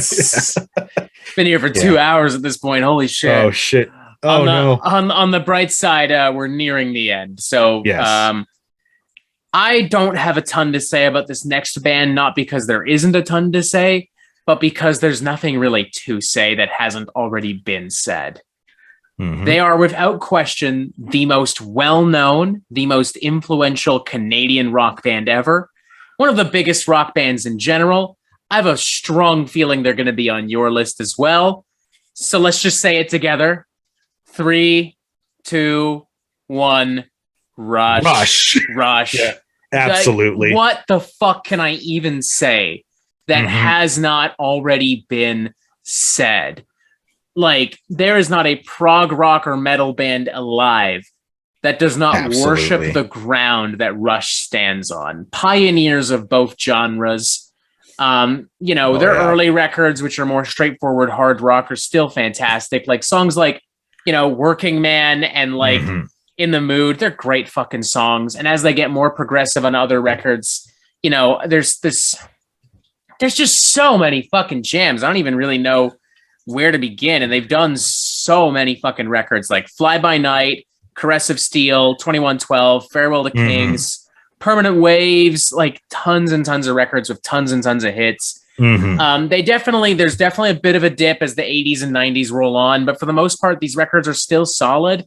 And even their final album, Clockwork Angels, was legitimately a really good fucking record. Yeah, it was. I enjoyed Snakes and Arrows a little bit more. I think that's kind of a hot take, but I do really like Clockwork Angels. That could be. I have no problem calling that a progressive metal album because it's some of the songs on it are fucking really heavy. Some of the riffs, man, it's. I mean, you can trace the roots of prog metal back to Rush pretty easy. Like, they were playing like hard rock, but it was hard rock in the vein of like Led Zeppelin or Aerosmith or something like that. But it was, as time went on, it was also a lot more progressive. Geddy Lee had that higher vocal range, which obviously made it feel a lot different, closer to Rainbow in some aspects. And, from there on, from 2112 on, they're just like the quintessential prog rock band, like move over Pink Floyd. Honestly. Absolutely. You know what? Fuck it. They're better than Pink Floyd. I would argue I do love me some Floyd. I love Pink Floyd. Wish You Were Here is one of my all-time favorite records, but I would probably say that Rush is a more consistent band and a more entertaining band. Like, absolutely. I can't put on fucking a lot of stuff from The Wall or Dark Side of the Moon in a casual setting. Like if I had a barbecue or a party here in my apartment, but I can do that with Rush. I can put on Caress of Steel or Fly By Night. And it's like, hell yeah, we're just hanging out. We're listening to smarter music than usual, but we're just hanging out. Oh yeah. Well, since you are a record enthusiast, I wanted to show you this. This is Hemispheres. It was purchased in 1978. Yeah. As you can see, the wear and tear. And it even smells old. My dad was kind enough to let me borrow this for this occasion, and I wanted to show you this because this is back before colored vinyls were really a thing, right? And as you can see, it's old as fuck, but it is hell yeah, gorgeous fucking red fucking vinyl, see-through. I don't know if you could quite see my face through it, but a little bit. I can see like your head through it, but no features or nothing. Yeah, and holy shit, this thing, and it still sounds fucking incredible. I played it recently, and it still sounds great for something purchased in the late 70s.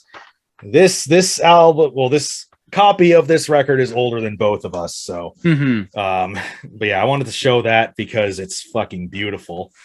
And yeah, and actually Hemispheres is my favorite album from them. Understandable. Yeah. La Villa Strangiato is, I think that is a better instrumental than YYZ. Apparently that's a hot take. Ooh, that is a bit of a hot take, honestly. It's just that drum beat in that fucking song as a guy who used to play drums for a long time. I would practice it constantly, and I got half decent at it. That is how fucking good that drum beat is. And obviously, like, to go off what you said, obviously they are my number one worst kept secret in the fucking world, but I saw it coming. Like, yeah. it's the moment you were building up to it, like the moment this video started, I saw it coming. Oh yeah. And but it's not without good reason, right? And it's a cliche answer, but I gotta go with them anyway, because obviously their influence, everybody from fucking Metallica to Cannibal Corpse. Alex Webster has been seen wearing Rush shirts all over the place. Rush are absolutely, like, they're right up there with like Zeppelin, Sabbath, Aerosmith, Queen, as just being like monumentally influential. Yeah. And the big argument we can make if we want to say something, well, this has already been argued about too. It's like, can they be considered a progressive metal band? Maybe not overall, but at times definitely are, because if you consider Dream Theater to be progressive metal, I don't know how you can say same. I don't know how you can say Caressive Steel isn't. I would say that Rush are prog metal in the same way that Venom are black metal. Yeah. They are, but not really. Yeah. Massively influential, but not necessarily a prime example of what the genre actually is. Mm-hmm. And like 2112, that whole suite, that is one of the greatest pieces of music ever fucking composed, ever in the history of fucking ever. Start to finish, it's incredible. Yeah. And you don't really say that about a 20-minute song, but it manages to keep your entire attention for that entire fucking 20 minutes. Take notes, Dream Theater. Take notes, insert any fucking modern prog band here, but cough cough will to run. But now you're definitely getting them hot takes. Oh yeah. But anyways, and obviously Hemisphere is my favorite album from them. The whole Cygnus X1 suite, and I love The Trees. That is such a fucking fun song. Their 80s stuff, you know, they had Permanent Waves, Moving Pictures. That is some top tier shit. Their keyboard era, it's almost, to me, and I say this in the nicest way possible, it's almost like the Load Reload era of Metallica, where I think I'd agree with that. I appreciate what they were going for, and I like what they were going for. The problem is the albums aren't as consistently good throughout. They probably would have been better off as EPs. Like, because there's still a lot of fucking great tunes like Distant Early Warning, Hold Your Fire, Time Stands Still, Roll the Bones, stuff like that. Geddy Lee almost does like a bit of a rap on Roll the Bones too. Like it's a very monotone vocal delivery, and there's a little bit more of like a I don't know, he's more in sync with the beat, which gives it a weird kind of hip hop flow. I don't think it was intentional, but it does almost border on that. Yeah, that is a fun little fucking rap on that song. And of course, later on, after that horrible tragedy that Neil Peart went through, and they had a couple other albums. They had that one album that is almost their Saint Anger that they released right after, which is understandable given what they went through. But then Snakes and Arrows and Clockwork Angels, those are two albums. Like, what a great way to end your fucking career. And they ended on top too. Like, they were still in pretty good shape when they did their final tour, but they just knew they couldn't do this forever. Like, they just knew. And they were fine with that. And I think a lot of older rock bands could take a lesson from Rush in that regard. Like Motley Crue, for instance. But also, like Kiss, Danzig, Ozzy Osbourne, like, I don't know. But I mean, y'all know my thoughts on these older rock stars who refuse to retire. Yeah, and that's just because, like, Neil Peart held himself to such a high standard, and it was a standard he just couldn't, in his own mind anyway, just couldn't meet anymore due to his health issues. If I remember correctly, they jammed one last time for the Rock and Roll Hall of Fame induction ceremony, but I think that was it. And like, they didn't pull a Motley Crue and shred a contract. They didn't pull a Kiss, or let's be honest here, a Slayer, and do multiple legs of a final tour. Like, they were like, we're good. Yeah. We'll show up for some special appearances, and that's it. We're good. I think Kiss have been on like a farewell tour for the last 30 years, but like, honestly, I won't be convinced that they're dead, that they're done, until literally they're buried in the ground. Oof. Even then they'll find a way. Like, they'll do some holograms. Maybe they'll make some robots to go out on stage for them. Like some Chuck E. Cheese animatronics or something. Gene Simmons has it written in his will that they'll just drag his corpse on stage and he'll play guitar on strings. Like, just they'll maneuver him like a fucking puppet or something. Yeah, they'll have like one string that's controlling his tongue, and all that shit. Oh God, brutal.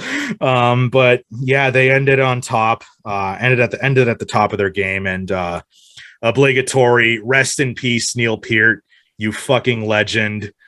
Probably the greatest drummer of all time, at least in the rock world. I feel comfortable saying like top 10 of all time. Fuck genres. They're just he was just a fucking god among men. Yeah, and I grew up a half an hour drive away from his hometown of Port Dalhousie. I'm from Welland, and of course he is a fucking legend around here. And the other two members grew up in your neck of the woods in the GTA.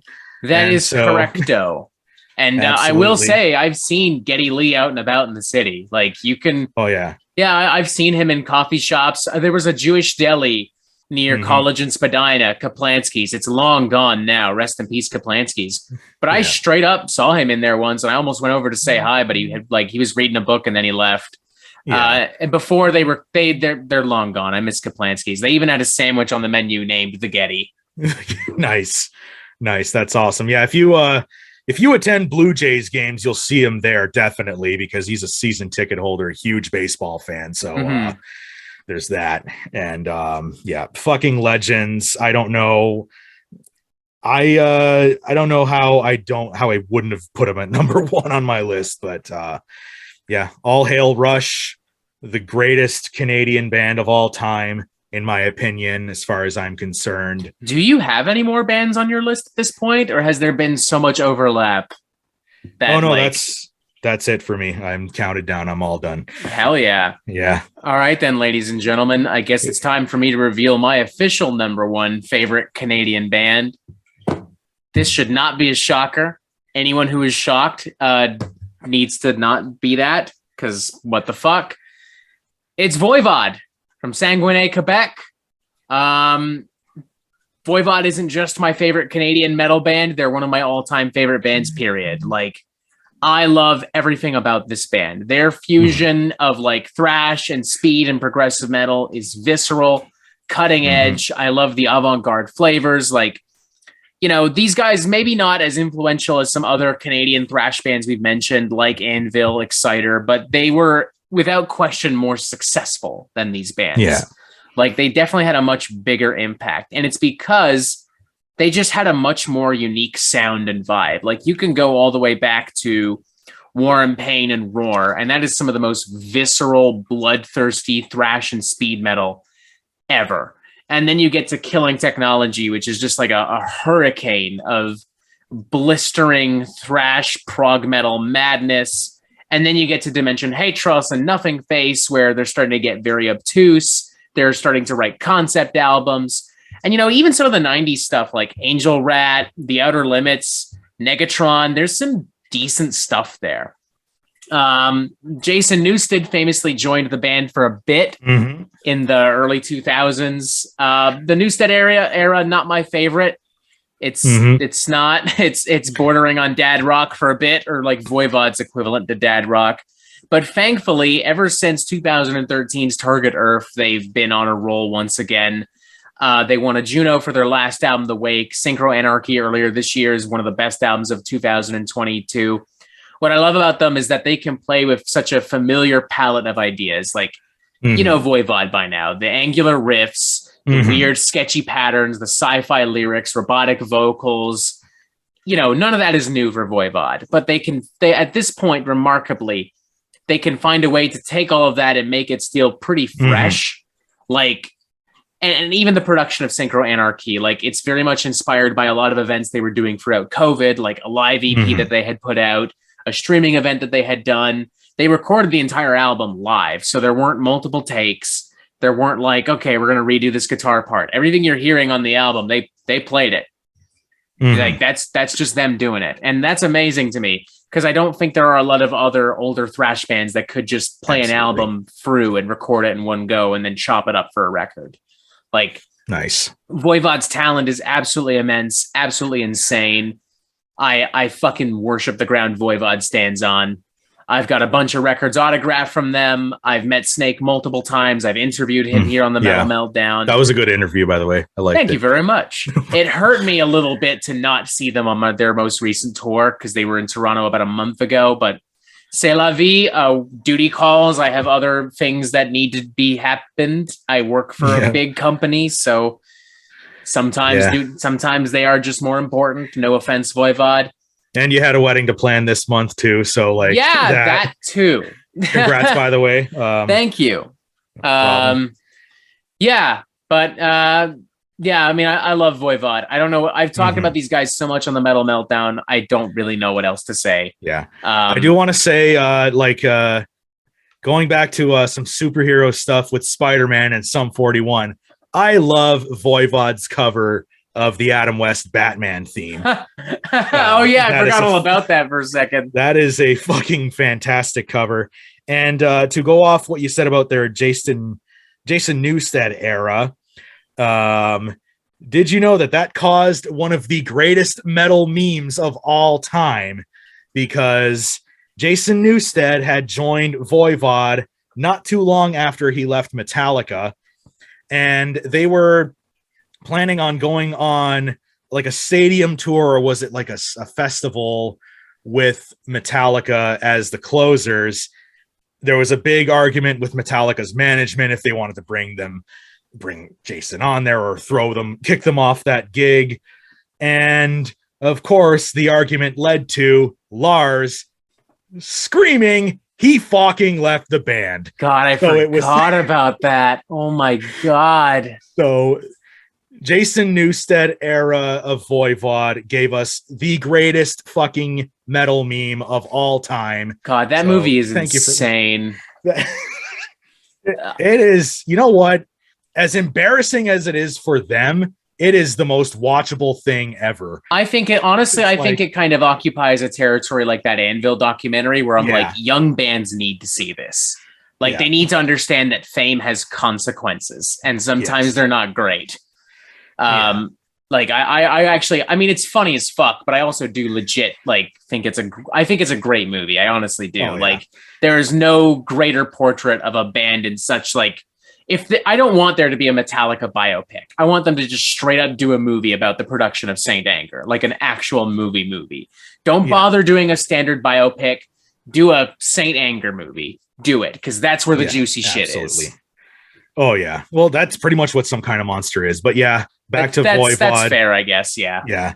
Back to Voivod though. Like they were the cause of one of the the best metal meme ever. Of course, I agree with everything you said too. But bless you, Voivod, for that alone. Yep. And great cover of the Batman theme. And love yet somehow they still weren't on your list. I'm gonna die. This is my last collaboration with anyone, isn't it? So you're canceled after this. Yeah, canceled. Like I guess I'm some kind of like commie Nazi libtard alt-right something. I don't know. Yeah, just something. Put it fill out your bingo card, I'm an elitist poser. There we go. That makes no sense. Get ready for those. I get that all the time. Like, oh, he's a poser and an elitist. I'm like, by definition, I cannot be both. Pick one. But I will argue that my list is always subject to change based on how I feel on a certain day, except for my number one. But yeah.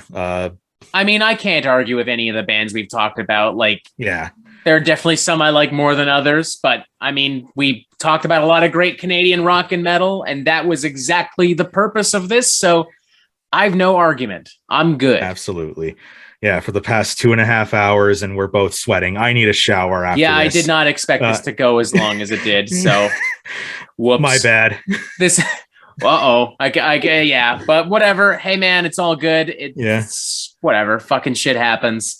Yeah. I guess with that in mind, ladies and gentlemen, it's time to wrap things up. We have been here for 2.5 hours, and if you were brave enough or patient enough to watch the whole thing, then so have you. So those were our picks for the best Canadian rock and metal bands of all time. Obviously, there are tons more bands that we did not talk about at all, which is why now it's up to you to tell us who are the best Canadian rock or metal. Who is it? Is it Cataclysm? Is it Kryptopsy? Is it someone else entirely? Maybe Neil Young. I don't fucking know. Maybe is it Nickelback? Is it Nickelback? Who knows, man? Nickelback sold a lot of records, which means statistically there have to be at least some fucking fans out there. Yeah. So who knows? Maybe you legit think it's Nickelback, or maybe you just want to say it's Nickelback for the sake of the memes. That's fine too. Either way, let us know in the comments below. Check out Mad Mike's channel if you have not already. Check him out on Dem Boys as well if you have not already. Check me out in general and also here. Subscribe, TikTok, Instagram, all that fucking nonsense. Anything last minute you want to say to all the fine folk at home? Yeah, I'm on Instagram as well, Mad Mike of Metal. You can find me on there. I'm pretty active. I'm active on Discord. Join our Discord if you want to. Yes, come to think of it. Yes. It's gone through it's just called Chad City now, if I'm not mistaken. Yeah, something like that. But it's the Metal Collect. It's officially known as the Metal Collective Discord. It's a collaboration between a couple of us, like Forge Master, Pair of Jeans, Metal Trenches. So pop on by, say hi to all of us, and just chat and shit.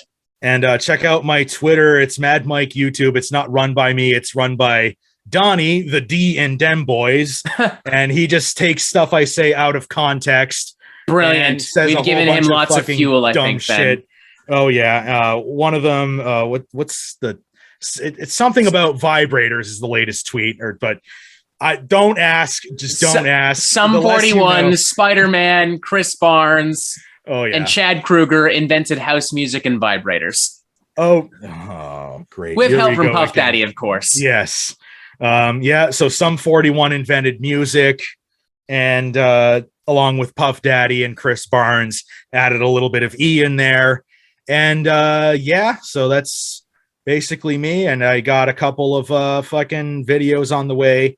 They'll be out when they're out. I am done giving deadlines because I am a lazy fuck. But, at the moment, like I wanted to do a big collab for Pride Month, and it's still on the way, but it got fucked around in the shuffle. Because I was like, I had hoped to actually have it up before this, and now I'm just like, you know what? It'll be up when it's up. I'm not waiting till next year to do this, to try this again. Just it'll be up when it's up. But deadlines are lame. Just make videos when you can. Yeah. Feel free to check me out and buy fucks. Hell yeah. Press this fucking button right here to subscribe. Look, there's more videos here. Oh my God. And as always, y'all have yourself a fantastic day, a fantastic Canada Day if you're celebrating. If not, that's cool too. Happy 4th of July, since we're on that same weekend anyway. We're better than you, just for the record, especially now. But I don't know, feel free to celebrate regardless if you want to. And as always, you have yourself a fantastic fucking day.